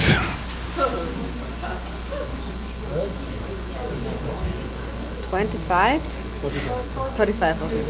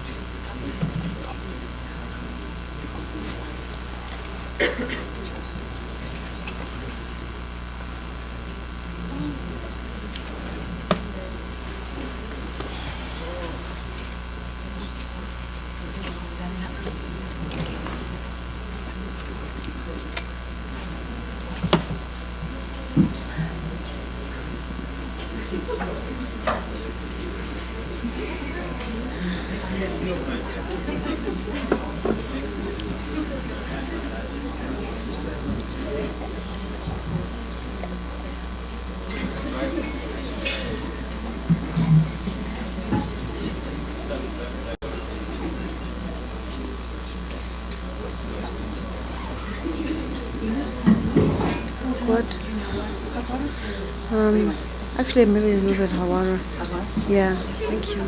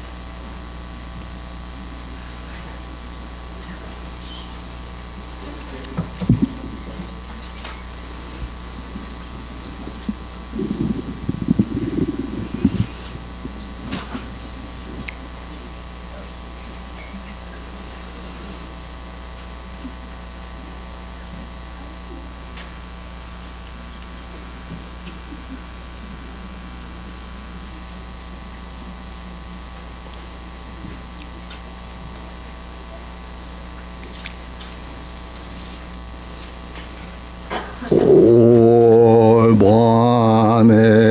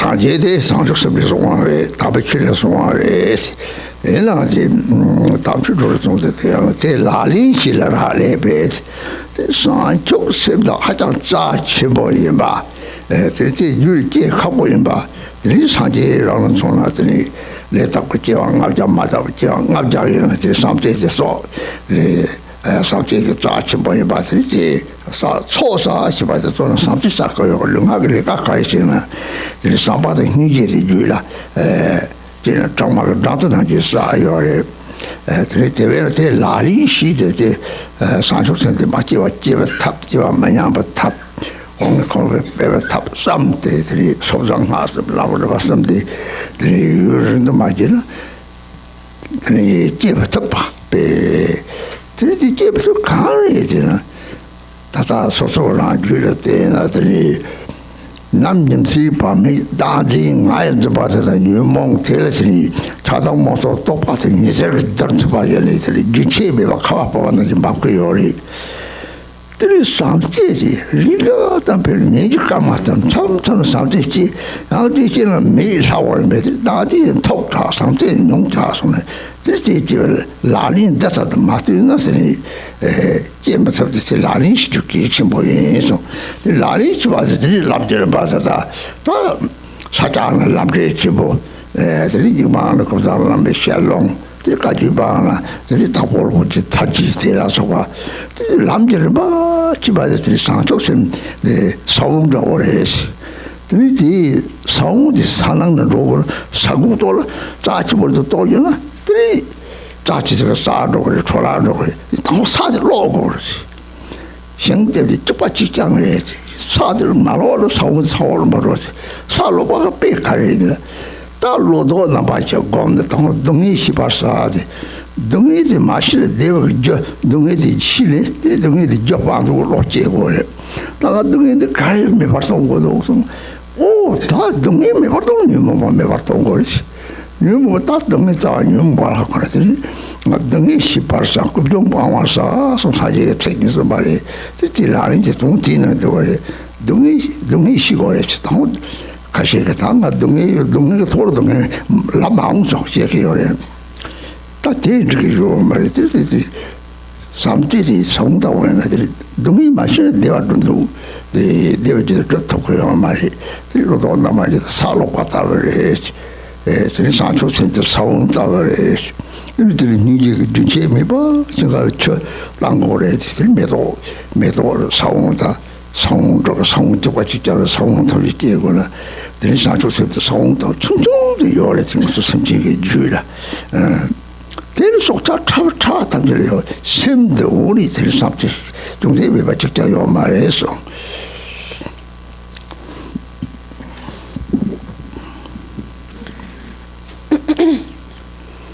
So, Dharma friends, we said that. Bodhicitta, from them the Buddha then appeared Bodhicitta, which is the Dharma. And so then it says here, arise from having accomplished the true Dharma, and since that depends on knowing the practices, I shall explain the way of Bodhisattvas. So it depends on knowing the practices. So first we need to understand the preciousness of bodhicitta. And even though we understand that, it is very difficult to actually cultivate that in our mind stream. That's why the Buddha, he made a great effort to cultivate bodhicitta. He accumulated love in 500 impure and 500 pure incarnations. So what he accumulated is love, because he understood how precious love is. And that is what we really call the accumulation of merit. It is to accumulate love. It's not so important actually what we do with the body and speech. It's important that we cultivate love in our mind. And so in this way, as we accumulate merit, we accumulate love and compassion, just like a honey bee collecting honey. So this is the Dharma practice that we do. A Dharma practice is a method to cultivate bodhicitta where it has not yet arisen, to not let it decline where it has arisen, and to further increase bodhicitta. And so these three methods correspond to the three levels of the path of individual liberation, the Bodhisattvas, and the Vajrayana path. And so if we do not practice for a long time and apply the practices, then we are not able to cultivate bodhicitta. So how can we cultivate bodhicitta? What arises in our mind? And when you look at your own mind, what you see is that actually for the most part, constantly, day and night, there are selfish thoughts in the mind. There are constantly these thoughts of me and I, and many afflictive emotions like attachment, aversion, ignorance. They constantly arise in our mind, just like dust particles in a sun ray. There is just so many that constantly fall down on us, or it's just like snowflakes falling down all the time, accumulating. And then, in contrast to that, the thoughts of genuine love that arise within our minds are very little. There are, it is said, as many thoughts of love as there are stars in the daylight sky. So love, sometimes, occasionally, it does arise, but it goes away very easily, very quickly. And so that is because our self-grasping is extremely strong. It is very thick. And our love is very limited. It is too small. And so therefore, to actually apply the practices, to do the Dharma practices, is what's most important, to follow the stages of the path. For example, in the Sakya lineage, it is referred to as the Lamje, or the path and result, or fruition. In the Nyingma, for example, it is called the words of my perfect teacher. Or in the Kagyu lineage, we follow Gampopa's jewel ornament of liberation, and so forth. So in all of these different stages of the path, what is recognized is that the seed of practice is bodhicitta. And so first, the seed has to be planted into a fertile soil. So for that, you first need to plow the field. It is really just like plowing a field, getting the field ready. Because if you don't have the proper soil, then even though you have a seed, it can easily become spoiled. And so this plowing of the field, this preparing of the mind, that is the reflection on the four thoughts that turn the mind. The Buddha said, first you must understand suffering. When you understand suffering, then this mind will arise that wants to abandon the causes of suffering. If you want to be free from suffering, you have to eliminate the afflictive emotions. That's the origin of suffering. So the Buddha said, you first must understand suffering, and secondly, you must abandon the origin of suffering. And so this preparation, first, understanding suffering and cultivating a sense of renunciation is like this plowing of the field. Some people actually don't like to hear about that, and they say that don't always talk about suffering. We already have enough suffering. You just keep mentioning more suffering, more suffering. But actually, we need to understand what is the root of that suffering and what is the root of our happiness. The root of happiness is love. The seed of happiness is love. And if we don't understand that, if we don't understand suffering, then such a person will not be able to find and create those causes of happiness at all. So this knowledge of suffering, that is like plowing the field. And then bodhicitta is the seed that you plant into the field. And then your practice of cultivating it is the Dharma practice, which is just like pouring water into the flower, into the seed. So it grows into a flower, and then many more seeds will come from that flower. So actually, all sentient beings do possess at least some bodhicitta in their mind streams. Even a very tiny little animal, for example, has a mind, and whoever has a mind has love. So there is no one who doesn't have any love at all. Jarsi lamji lalin she bar saaso, jarsi she bar tili, tatse khada taachi bori. Uso tama saji ga boris, saji ga bori din oh te tabar pati, maso de pada pogal jewado ti mari, sem gu jundi, semni yeni saji jarabji imbe, sem gu jundi nam khatawe, toda gu dibati, sem tsaama chaasung tiri sangjede, matang tiri lower dwa sangsung tiri sem namkha tawa chaarwa jede, sem tuba tarsung namkha tuba tarsung tiri namkha tabi mewa chaadere, tuba yo tiri sacha khashere lima chara sacha khashere kawaja, drema tiri tuba kase namto ko sere lima tosa tubi, sem khorangang o 동다고 디만 통로 드리대 남카타와 차도 세우 이제 남카타와 사망소레치 얘는 지금서 심지 답제를 따다다 드바이절티리 따다다 셈데 남카트베 요과타와 차데 요레스 드리대벨 드리 세우 이제 장마이 드 독신시라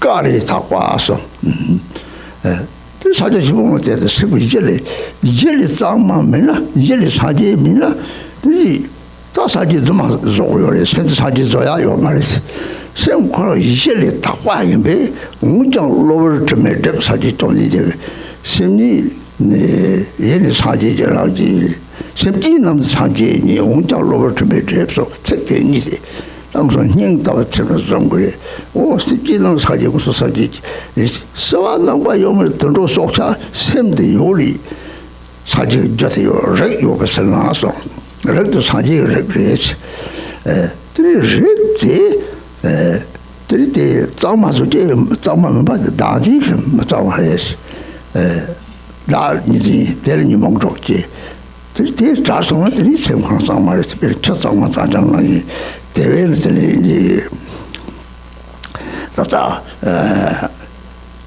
자르세 시바 무슨 상계 세트 이제 상마 이제 상계 상마인 언제때 다다 나도 뉴모 받은 것만 매발사야 요래서 배경에 생남 간다고 이 나도 또 받다버려서 지디서 보고서 말에 뒤서지 하고 뒤에 세속 다 셔들을 내고 요래 대회는 세속 차야요 말에 뉴모 막나요 이제 자르세도 자부 자살되고 자비가 최고래더니 테마오르더니 자부게 또도 자치나더니 또 항상 로고를 배시다왜 무슨 자르세레스 사제포인 소레요스 라보르모지스 뭐래 자신은 들라리지 벌써서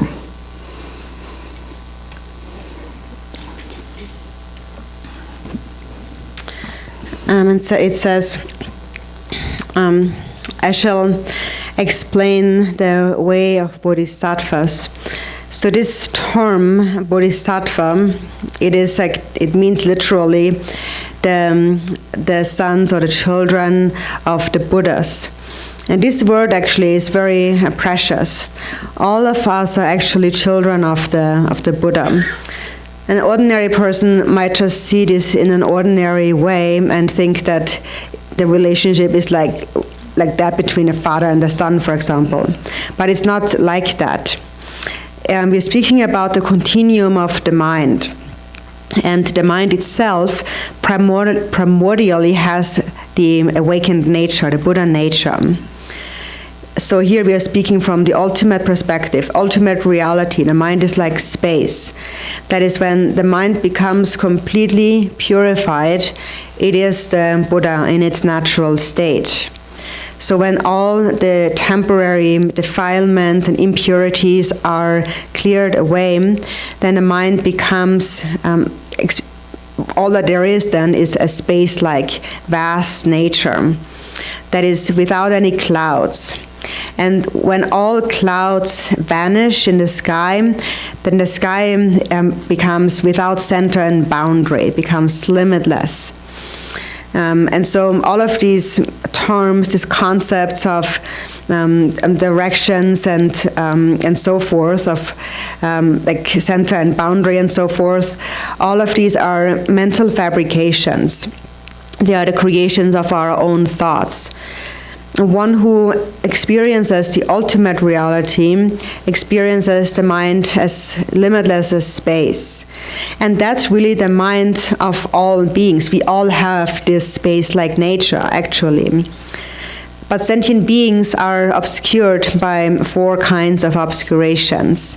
And these are like the clouds obscuring the sky temporarily. But their natural state on the basis, the ground, is completely pure. In Dzogchen, this is referred to as the original purity.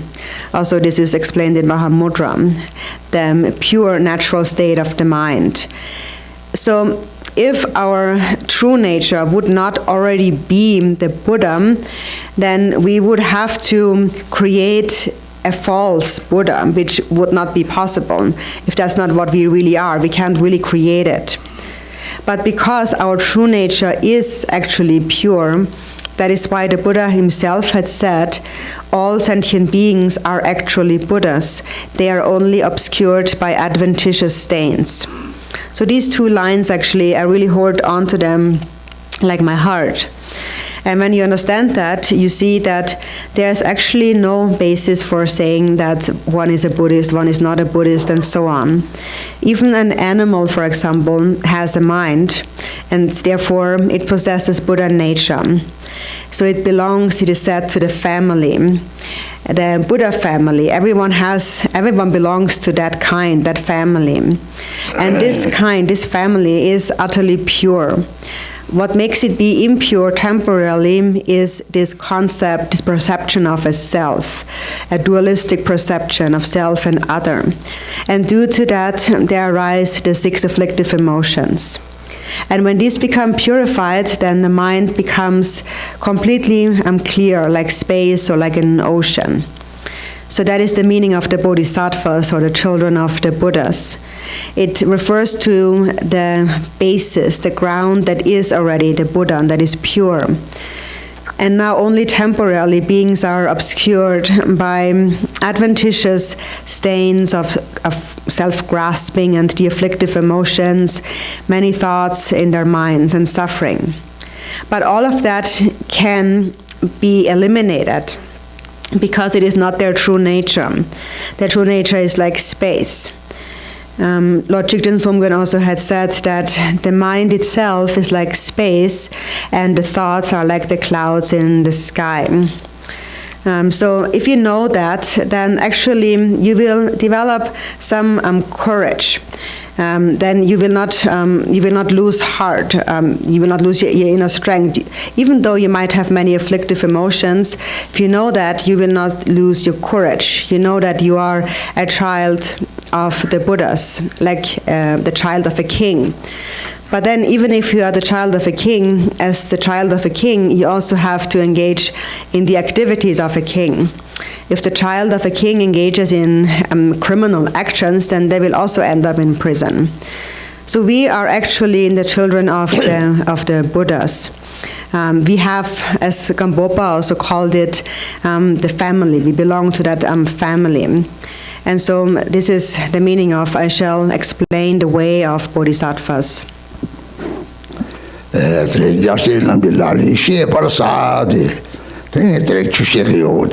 주제버들 라탄 라탄지 라탄지 페프오데 테로 송고요레 나디 보바요 말에 말아파고 다투레 네데 츠바치스 셰고는 셰시요 말에 얘한테 마시에 탑이 차지 라비오레 때가 자세라님 소디마지 마디셰바이 디나니 차탕셰 시요 말에 심플리요레 시요 말에 디나 나니 도나 네지 강레 노도지 하마고 말에 pero 라파도 상티데 시랍콜리 랑 심플리요레 땅이 차창 옆골 고소라 뭐 두체 탐마송 상미들이 심플리요레 얘랑 상티 시랍들이 하고 그러지 상티 시랍 하고요 가은하고 이제 말이 배송결에 라기 냥슬이 틀어 나라니 바로는 상티 사와로는 메시 심랑 내로 남도 강 하고 마영와는 이제 심영마선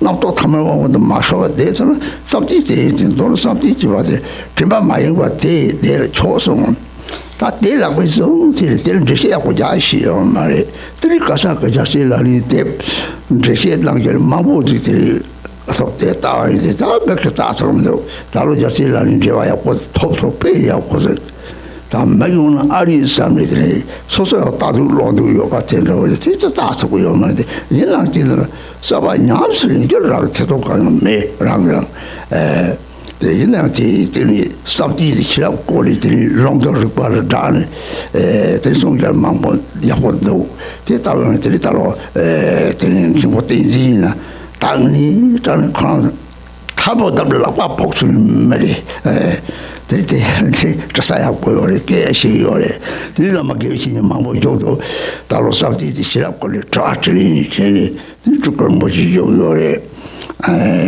들이도 보면 뭐지 요래 라마트티니 마요레 기보테지 따라서 왔다는 고가야 보스 전 참이지 저와지나 이제 라리서 되마든 아기시 맞춰서는 공부 왔다서 배차지 야고요레 이제 저와지로지 나게 강시시가 배나 잡아들 파도도 따사 아제 공사 어디서 또 고자서는 배 되나오래 라고요레 잡아들은 서서 노아벨나 제리들이 다 다른 약수들이 저한테 고가려고요. 당시에 때 쏠리는 걸 해야지. 미소가.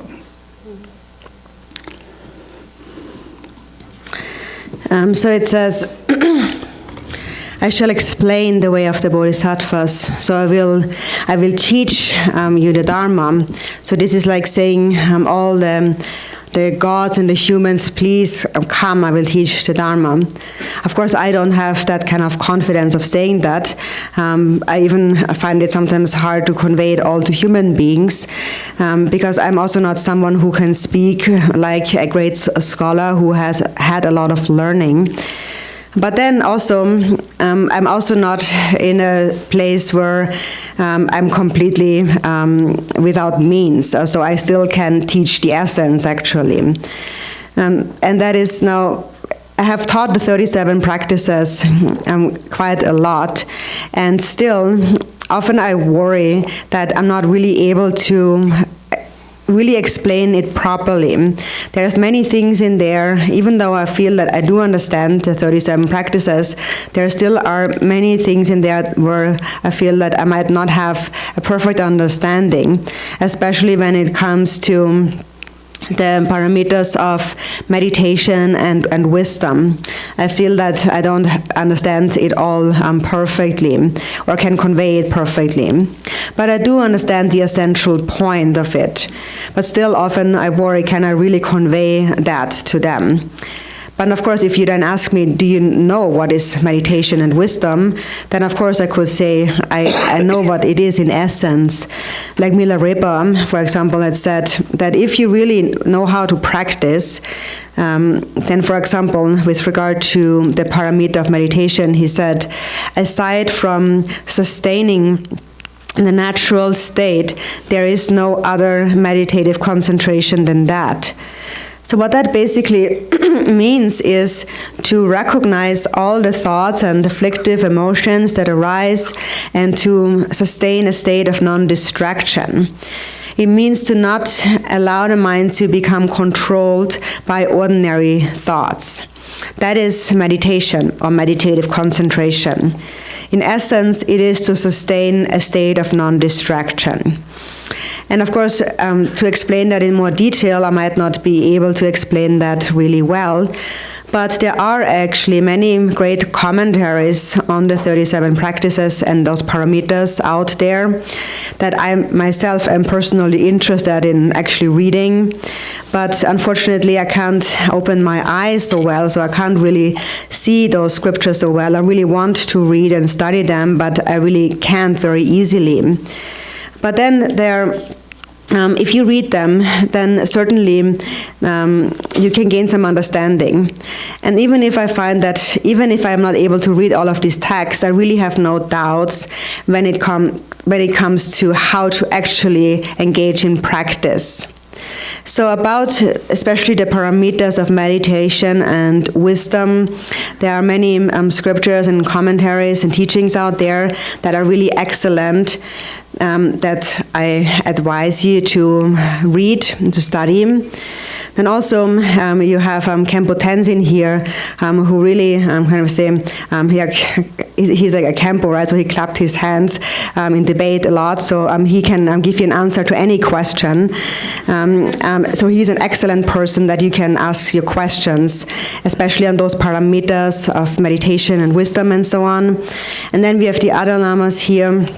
Drukku Rinpoche is here, Drupun Rinpoche is here, and Rape Lama, and all of them are here. So please, I advise you to really use that opportunity and ask them questions.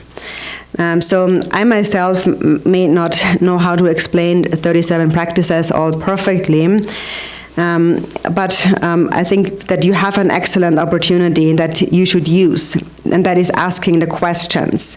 So please use this opportunity, and of course I will explain the essence of these teachings to the best of my ability. It's like I'm preparing like a bowl of tsampa, and then I just tell you, go eat it, and then that's good enough because it fills your belly. But then if you want to know more about that, then please, I really encourage you to use this excellent opportunity that we have here and ask questions to all the lamas that are here. So yeah, in all the break times you can do that.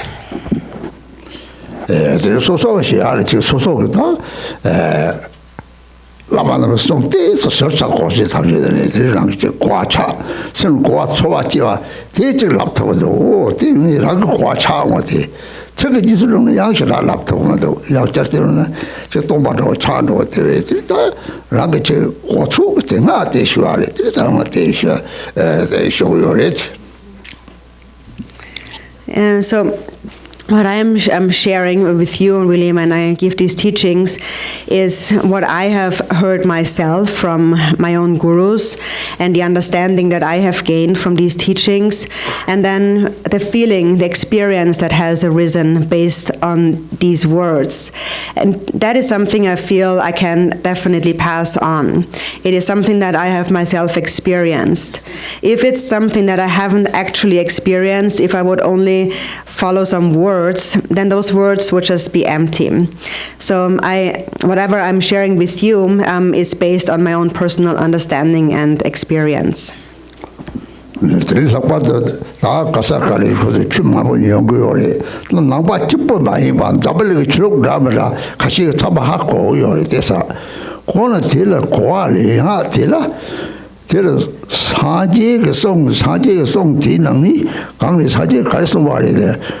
공직된 감 도라만 보라더니 쪼박장매 주고 걸로 걸었지. 오, 가딘 무슨 장매 받도라만 보세요. 그래서 직된 감도 동다데 내는 도디 강시에 봐스. 정저 타대 동직대데 특각만 보여래서 공을 약마들라 공가데 딱게 땅고스. 세르나기들이 스케다를 세르기도 공가데 딱게 땅지들 쪼고래서 때 오, 천주 타대 동적마 도매시.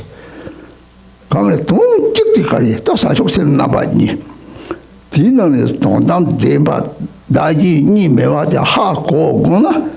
工作그들이 이비가 로데 체라도 망도 되니 민이 되니 그도 로데 니만나기 처럼도 쉬어래들이 따통나도 처럼도 쉬어는 잡지쳐도 쪼가 차서 따띠 하고 거리 동담대바 돈이 하고 배도 말했다 건조블은 렌들이 동담대 돌았더니 답적으로 다시 말했지 대로 틈도 타지 동적 강의들이 나기 님이야 무슨 파마냐 미지만 보여라 봐 파파 네 뭐하는 가리 뭐 님이 내 톱소 책기거라 님이 나기 님이야 대하고서 따르더라 배대다 버리더니 저를 다지 동적 때 동적 넘버 고마이 제가 탐지 고마를 열어서 뒤책이 나랑더니 소다지 다 보자는 가네 다 줄로 가이는 지는 제일은 투박 강에 시라지 저다고 잡대지 타서 음모일 때 하고는들이 저는 책격 투나더니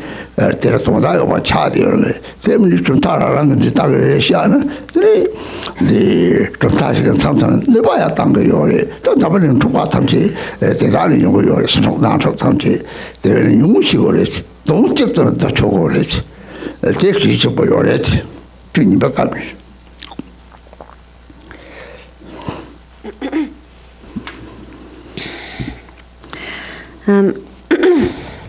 So then we receive many Dharma teachings in various places, and now it's not just actually the Buddha Dharma that we are speaking about, Buddhism. There's many teachings that we can gain an understanding from in the world, but now from a Buddhist perspective, from my own personal understanding now, and there is again this one quote by the Buddha, and the Buddha said, I have taught the Dharma in thousands of different worlds.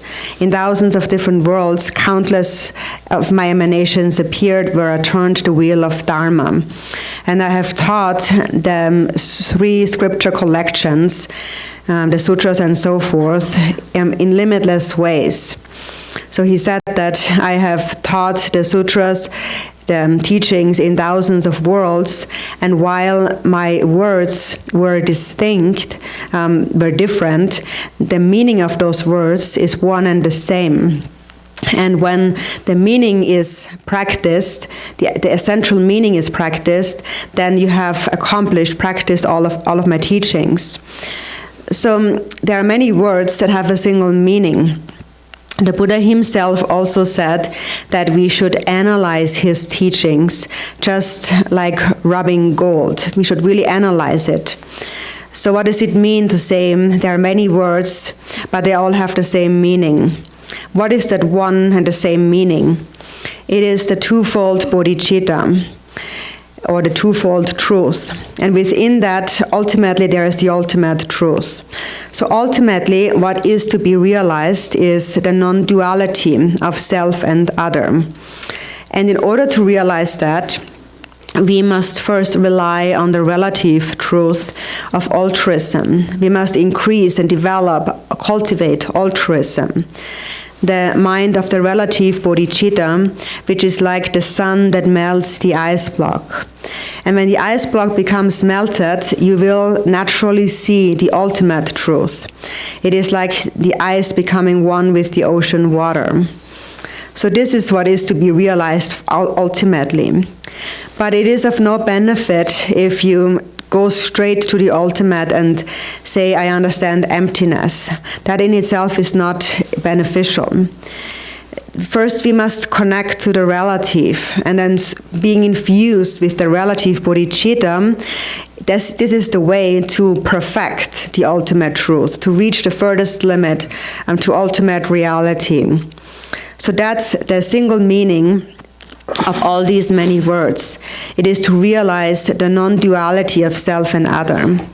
For example, many of you engage in the practice of Vajrakilaya, and in the dedication of Vajrakilaya it says, may I attain the fruit of the non-dual essence. So it is to realize the non-dual nature of self and other, and when you realize that, that is sufficient. That is the single meaning of all these words. And if that is practiced, then you have practiced all of the Buddha's teachings. So if you understand that, like personally, I found these words very meaningful, and I really held on to them like my own life force.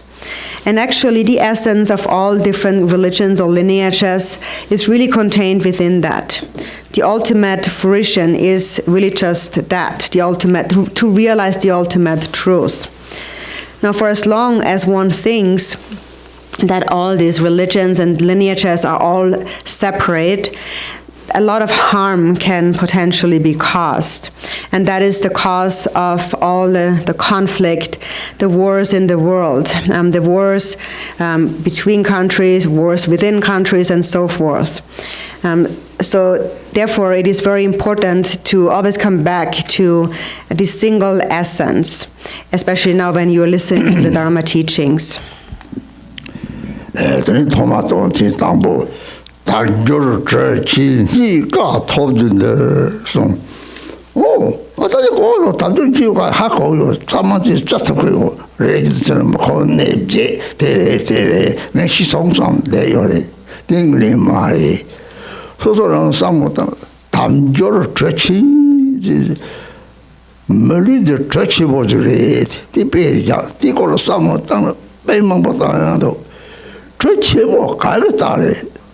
오는 코와는 로아를 좀 코와 잡고서 땡쳐버려 잡고 타대바는 주제지 코와대 단진다 뉴모바 레다 뉴모바 잡고 카 잡고 샴담담이 바다다 로아를 야 냐와대 예다 로라서 같은 담담난 주제지 뒤덮지 동의를 쌓는더니 동의 뒤에 담지 가래를 쏘쏘 동의 뒤에 담지 탈골 가래 탈고도 루탈피마도 다심 타고도 상모도 당오 거기 잠토도 상모도 잠토 뒤는 속차 치와를 잡자 중앙 최 잡차랍다냐마 철라분들 잡지 쳐야 할랑들 차유 차와 니 가세도 오 대답지 고로살모도 상신을 그것은 통야요래 사지 그 탐진집이 시기 잡아대 멀리 사지 그 다른 거한테 사지를 치는 가는 요 말이에요.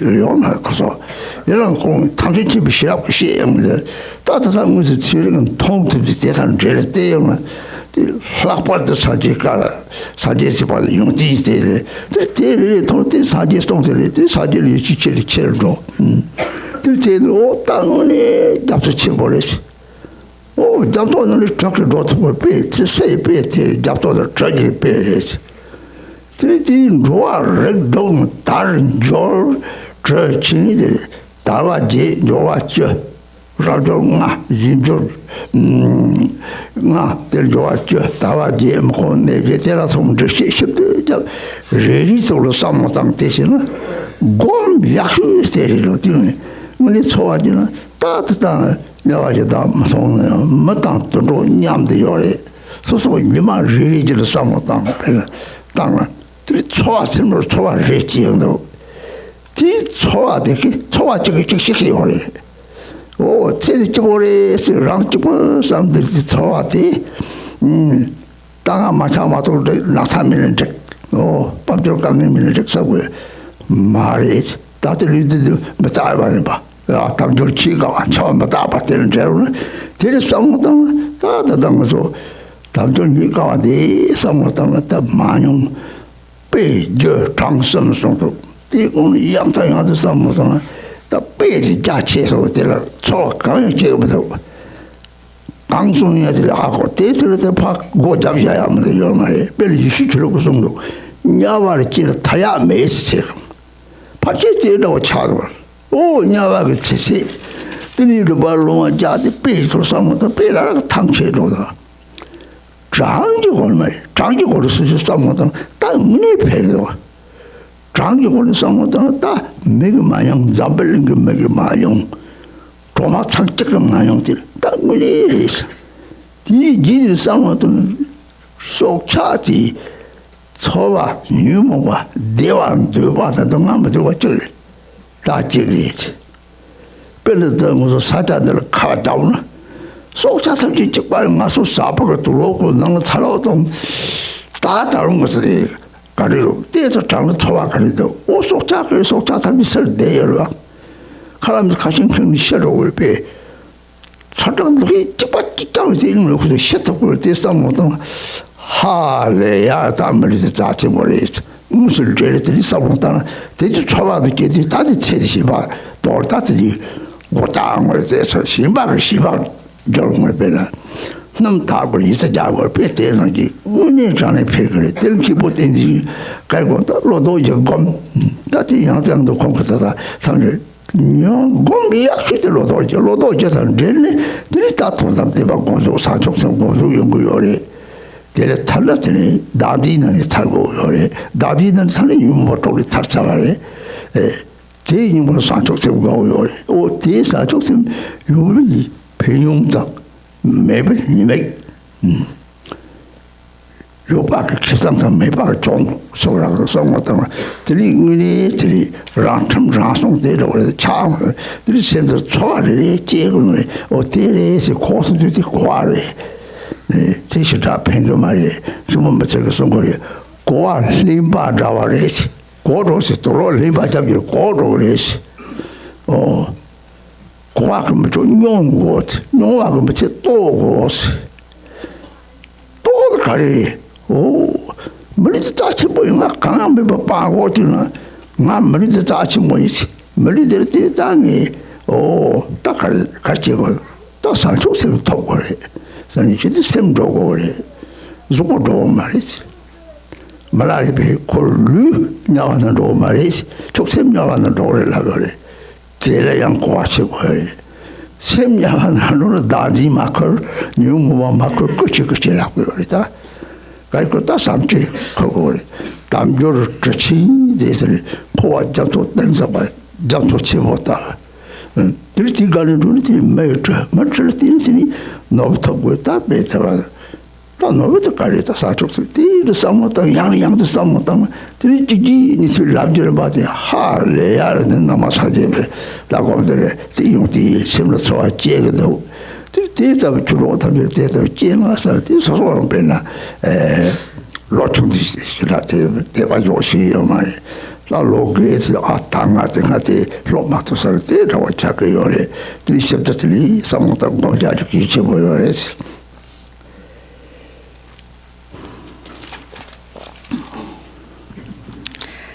So then we come to the first verse. It says, having now gained this great ship of freedom and fortune, so difficult to find, in order to free yourself and others from the ocean of cyclic existence. So this great ship of freedom and fortune, this precious human body, often people think that I already know about that. I know about the precious human body and how difficult it is to find. They know all those lists. They can count the 8 unfree states and so on. It's this and this and this. And then they just leave it with that. It's like something that they already know. But this is not the correct way to approach this. So you have to really think about it. Now, this ship of leisure and fortune is your precious human body. You have to really think about that. So a feeling arises. And so why is it, you think, for example, there's actually a lot to think about this. Why is it that we call it a big ship? Why is it called that? What's this ocean of samsara? This ocean of samsara is very deep and it is very vast, limitless. It is an ocean of self-grasping, afflictive emotions, and karma. And you have the surface of the ocean, and then you have the bottom of the ocean, which is kind of muddy, and that is like the lower realms of hell and the hungry spirits and so forth.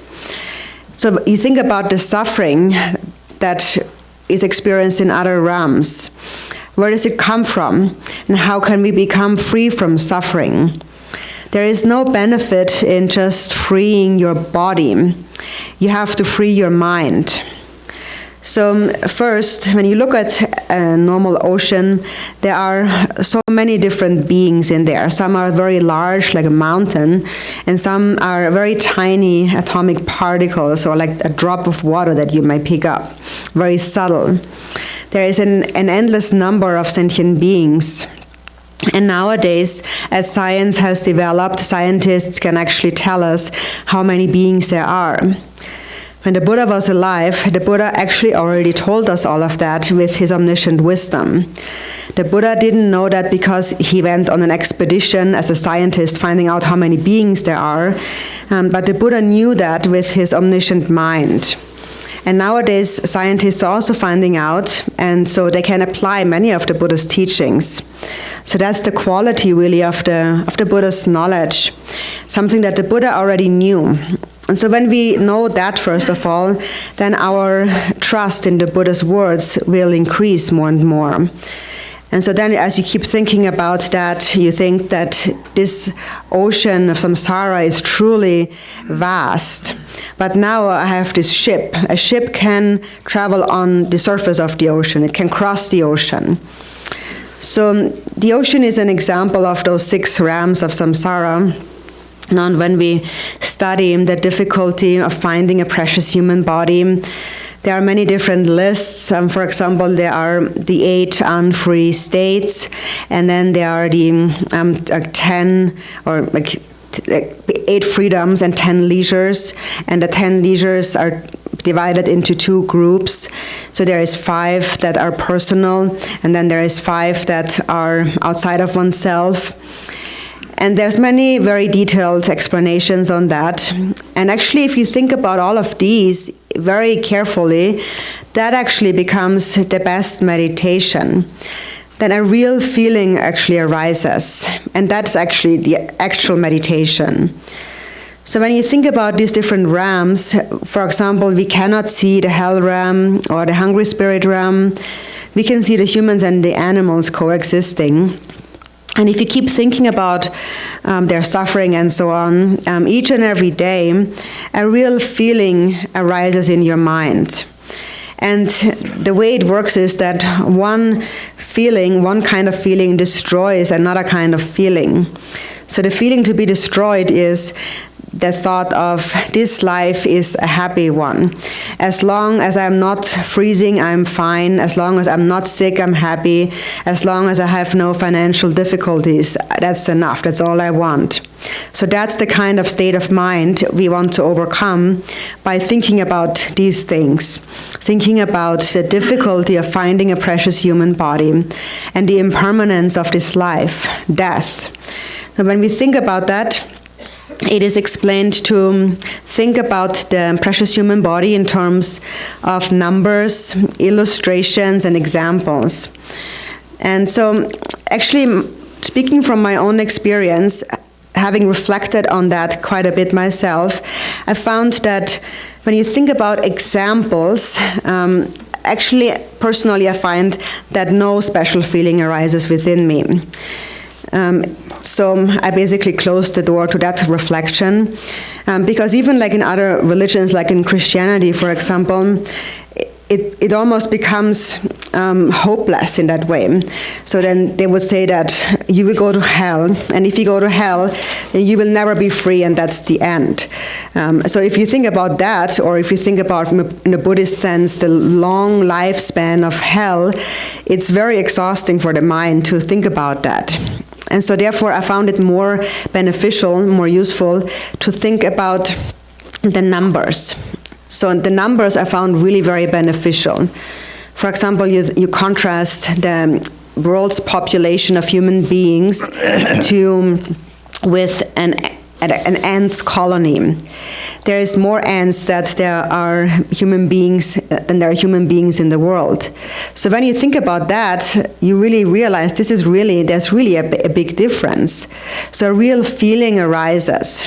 And then you think about these beings, like these ants and these animals. And when you think about them, then you realize that their feelings are the same. Their afflictive emotions are the same. Their wish to be happy is the same. Their wish not to suffer is also one and the same. For example, when it's snowing outside and it's getting really cold, we are going inside to stay warm. We're turning on the heater, putting on more clothes. But then all those animals out there, they can't do that. but they have the exact same feelings.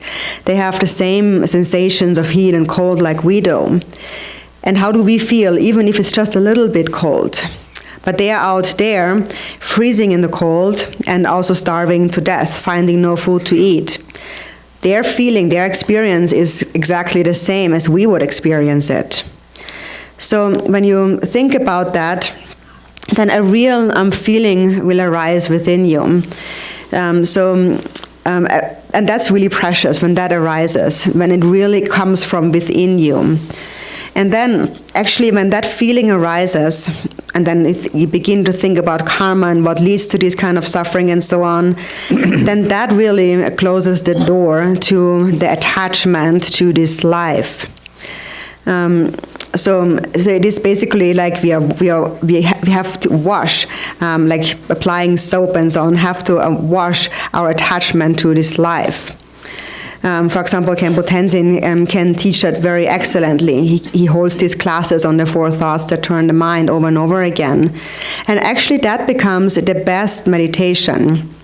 If you really understand the 4 thoughts that turn the mind, then finally you will actually feel truly inspired and motivated to understand the ultimate truth and to cultivate bodhicitta, to become liberated from self-grasping. In order to become free from samsara, we must become free from those 6 afflictive emotions. And if you're free of self-grasping, then you're already free of them. So therefore, it is very important to really reflect on the benefits of cultivating bodhicitta and the shortcomings of not cultivating bodhicitta and so forth.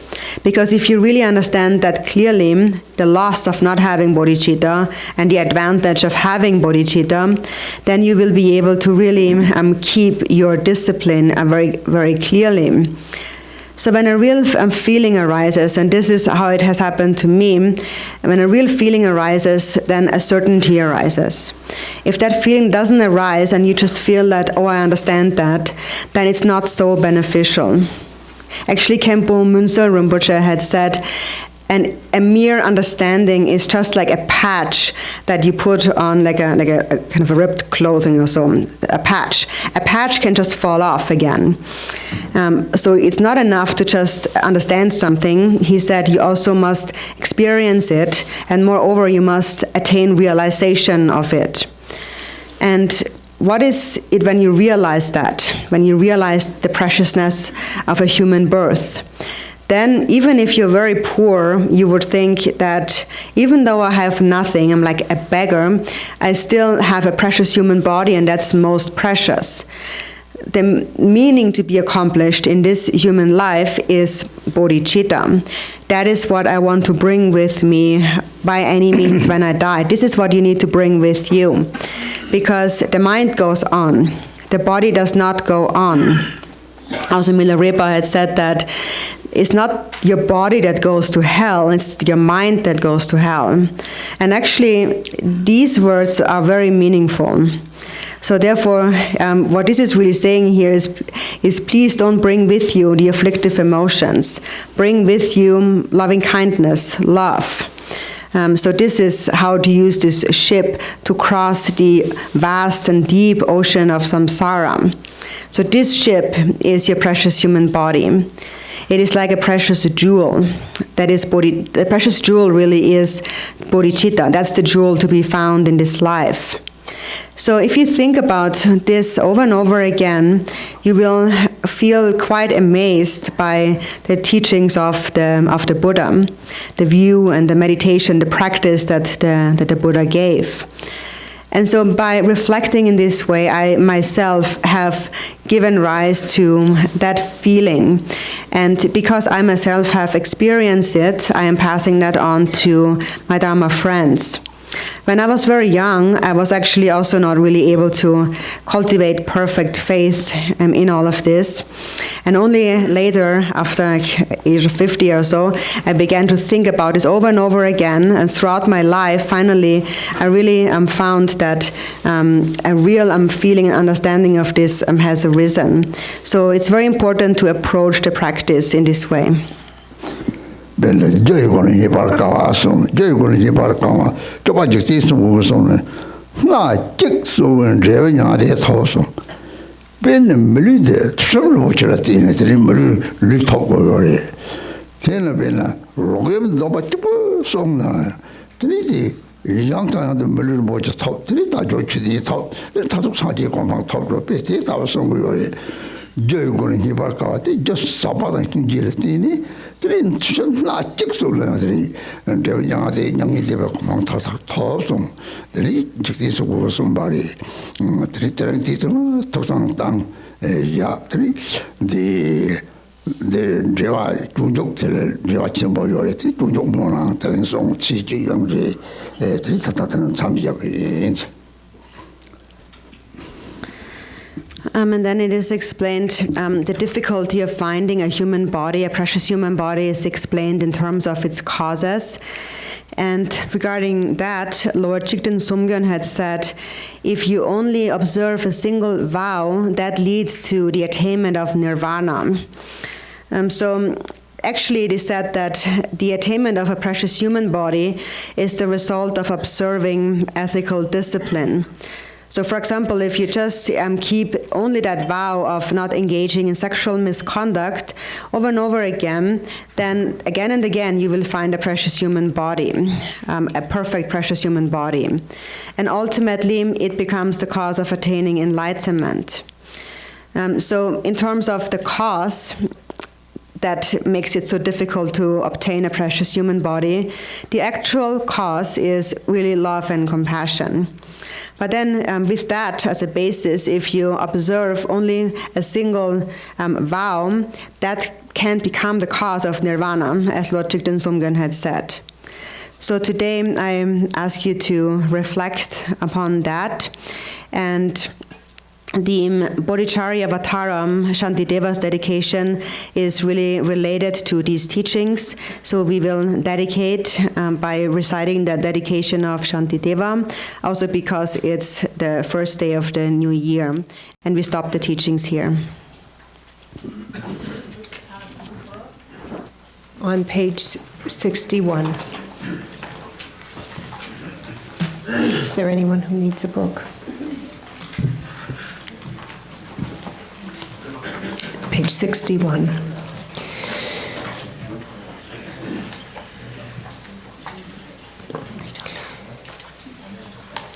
By all the virtue I have now amassed, by composition of this book which speaks of entry to the Bodhisattva way, may every being tread the path to Buddhahood. May beings everywhere who suffer torment in their minds and bodies have, by virtue of my merit, joy and happiness in boundless measure. As long as they may linger in samsara, may their present joy know no decline, and may they taste of unsurpassed beatitude in constant and unbroken continuity. Throughout the spheres and reaches of the world, in hellish states wherever they may be, may beings fettered there, tormented, taste the bliss and peace of Sukhavati. May those caught in the freezing ice be warmed, and from the massing clouds of Bodhisattva's prayers, may torrents rain in boundless streams to cool those burning in infernal fires. May forests where the leaves are blades and swords become sweet groves and pleasant woodland glades, and may the trees of miracles appear, supplanting those upon the hill of Shamali. And may the very pits of hell be sweet, with fragrant pools all perfumed with the scent of lotuses, be lovely with the cries of swan and goose, and waterfowl so pleasing to the ear. May fiery coals turn into heaps of jewels, the burning ground become a crystal floor, the crushing hills celestial abodes, adorned with offerings, the dwelling place of Buddhas. May the hail of lava, fiery stones and weapons, henceforth become a rain of blossoms. May those whose hell it is to fight and wound be turned to lovers offering their flowers. And those engulfed in fiery Vitarani, their flesh destroyed, their bones bleached white as kunda flowers, May they, through all my merit strength, have godlike forms and sport with goddesses and Mandakini's peaceful streams. What fear is it, they'll ask, that grips the henchmen of the deadly Lord, the frightful vultures and the carrion crows? What noble strength is it that brings us joy and drives away our dreadful night? And looking skyward, they will see the shining form of Vajrapani, and then may their sins be quenched in joy, and may they go to him. And when they see the seething lava flood of hell extinguished in a rain of blossoms, drenched in scented water, at once fulfilled in bliss, they'll ask, how can this be? And thus the denizens of hell will see the one who holds the lotus. Friends, throw away your fears and quickly gather here. For who is it who comes to banish dread, this youth with bound-up gleaming hair, this loving Bodhisattva saving and protecting every being, whose power relieves all pain, increasing joy? Do you see the splendor of his house that echoes the praises of 1,000 goddesses, the 100 gods who lay their diadems before his lotus feet, the rain of flowers falling on his head, his eyes moist with compassion? Thus may those in hell cry out on seeing Manjughosha. And likewise when, through these my roots of virtue, they see the joyful clouds let fall their cooling scented rain, their obscurations cleansed by bodhisattvas like Samantabhadra, may all those languishing in hell come now to perfect happiness.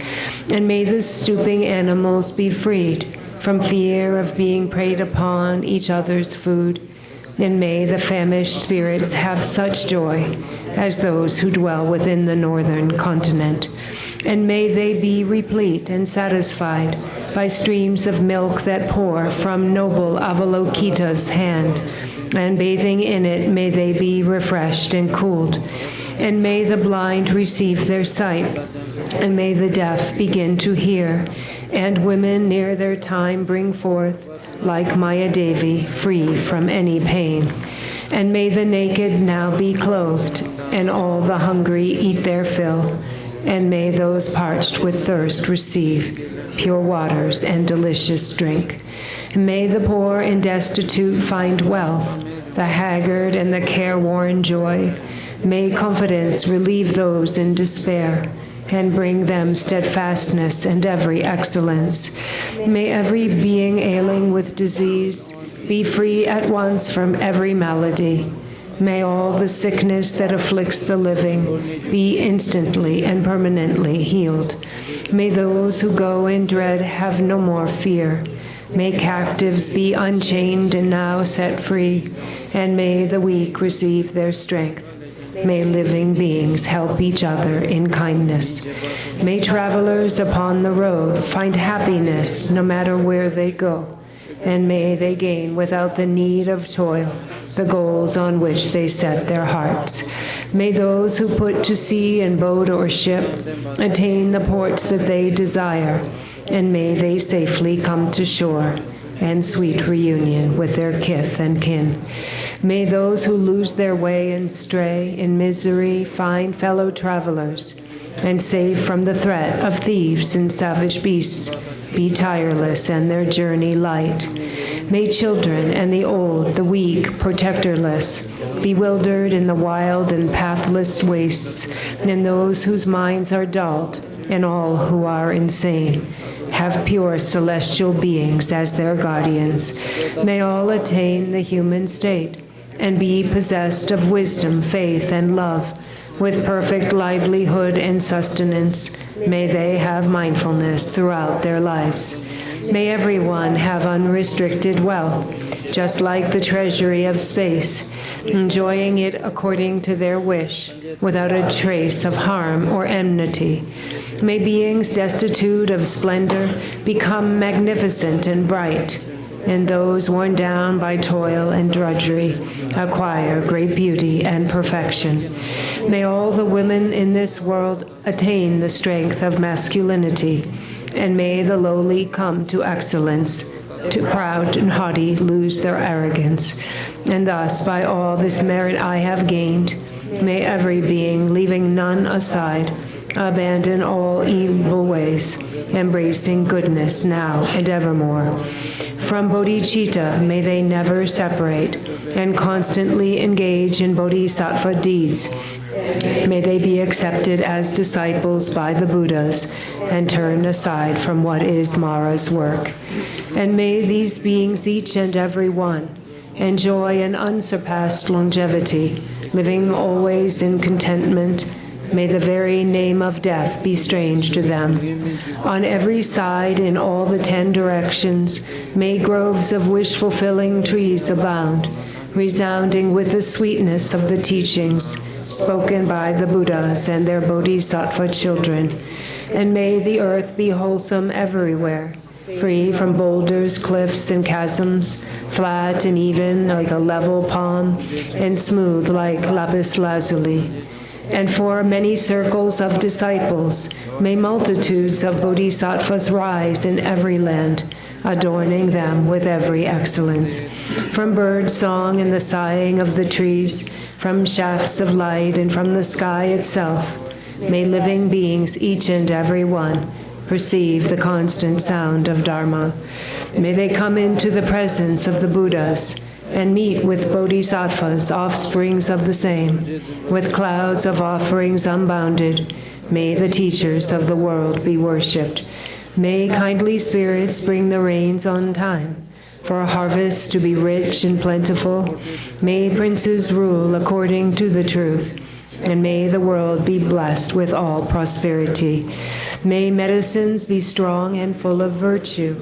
May healing spells be chanted with success. May spirits of the air that feed on flesh be kind, their minds imbued with pity. And let no being ever suffer pain. Let them neither ail nor languish, never doing evil. May they have no fear nor suffer insults, and may their minds be ever free from sorrow. In monasteries, temples, and the like, may reading and reciting widely flourish. May harmony prevail among the Sangha, and may its purpose be all fulfilled. May ordained monks intent upon the practice find perfect places for retreat and solitude, abandon every vagrant thought, and meditate with trained and serviceable minds. May nuns have all their wants supplied. May quarreling, vindictiveness be strange to them. Let all who have embraced monastic life uphold the pure and unimpaired observance. May they feel regret when discipline is broken, and always may they strive to cleanse away their faults. May they thus obtain a fortunate rebirth, wherein to undertake unfailing discipline. And may the wise and learned be revered, and always be sustained by offerings, with minds suffused with purity. May their renown spread far and wide. May beings never languish in the lower realms. May pain and hardship be unknown to them. Enjoying more than godlike strength and beauty, may Buddhahood for them be swiftly gained. Again and yet again may sentient beings make offerings to all the Buddhas, and with Buddha's unimagined bliss, may they enjoy undimmed and constant happiness.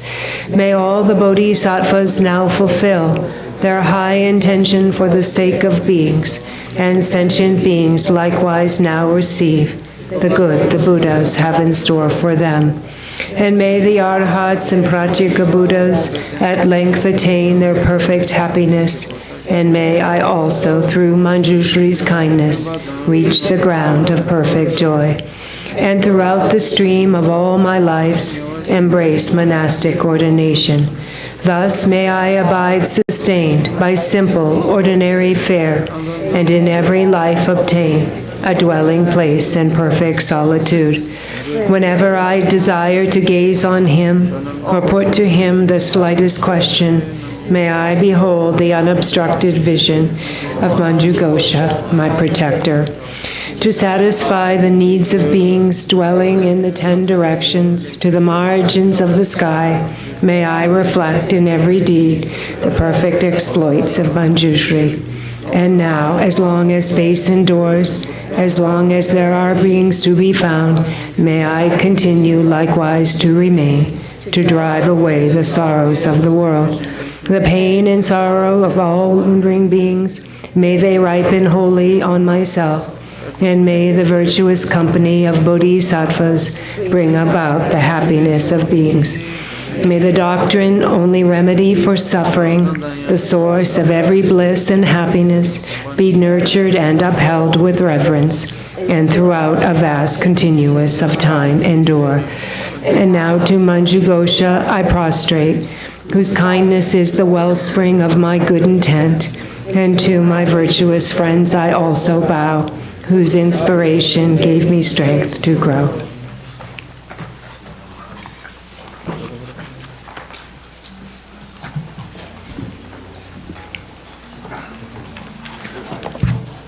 So now in the yellow prayer book, the long life prayers, on page 22. For this realm encircled by snow-covered mountains, you are the source of all benefit and happiness. Tenzin Gyaltso, Lord Chenrezig, may you remain steadfast until the end of samsara.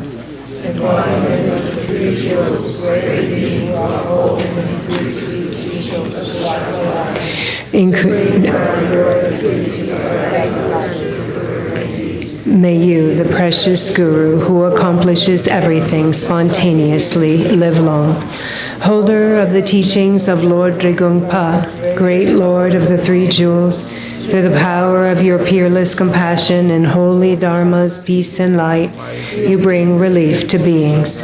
May your life be long. The one known in the noble land as Aryadeva, emanated into the Gar clan of eastern Tibet as Chidingpa, the heart son of Jigten Gunpo.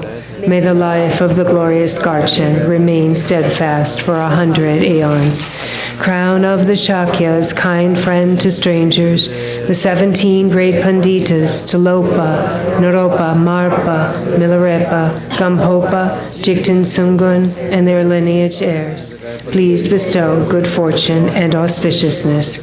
Protector Amitayas, transcendent Lord who grants supreme life, everlasting, stable, and unchanging, and who diverts from untimely death anyone who merely hears your name or thinks of you. Please bestow good fortune and auspiciousness. Living austerely in the higher trainings of discipline, full of compassion that is the glory of those to be tamed, and devoid of all grasping, never parting from Mahamudra's natural state, Ngedun Tenpe Nima, son of the teachings, may your life remain firm. May the teachings of the great Drigungpa Ratna Shri, Master of Interdependence, omniscient Lord of Dharma, who has seen all knowable things, be upheld until the end of cyclic existence, through study, practice, hearing, contemplation, and meditation. Your 1,000 arms are the 1,000 wheel-turning kings. Your 1,000 eyes are the 1,000 Buddhas of this fortunate aeon. Your love is boundless like space. I supplicate to the Bodhisattva Chenrezig.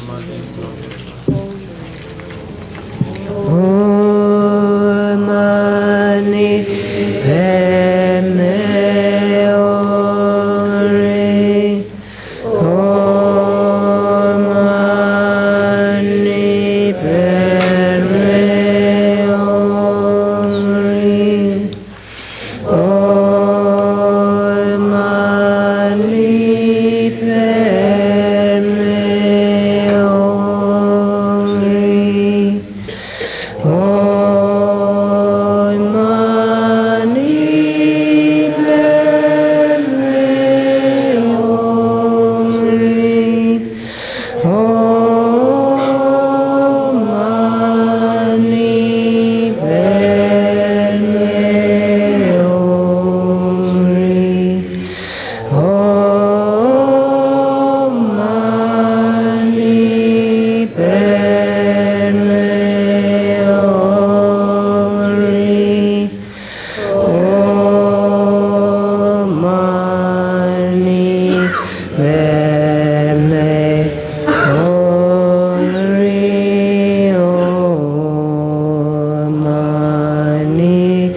Peme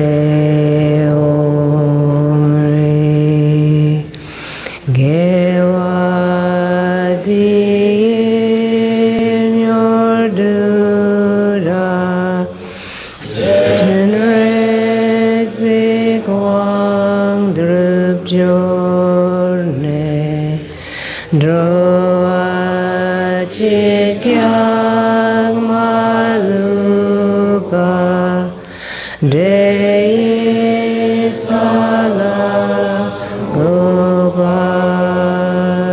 Gobarjo Jang Chu Sam Jok Rinpoche Ma Ke Panam Ke Jorji Te Banyamba Re Payam Gong Ne Gong Du Erwarjo.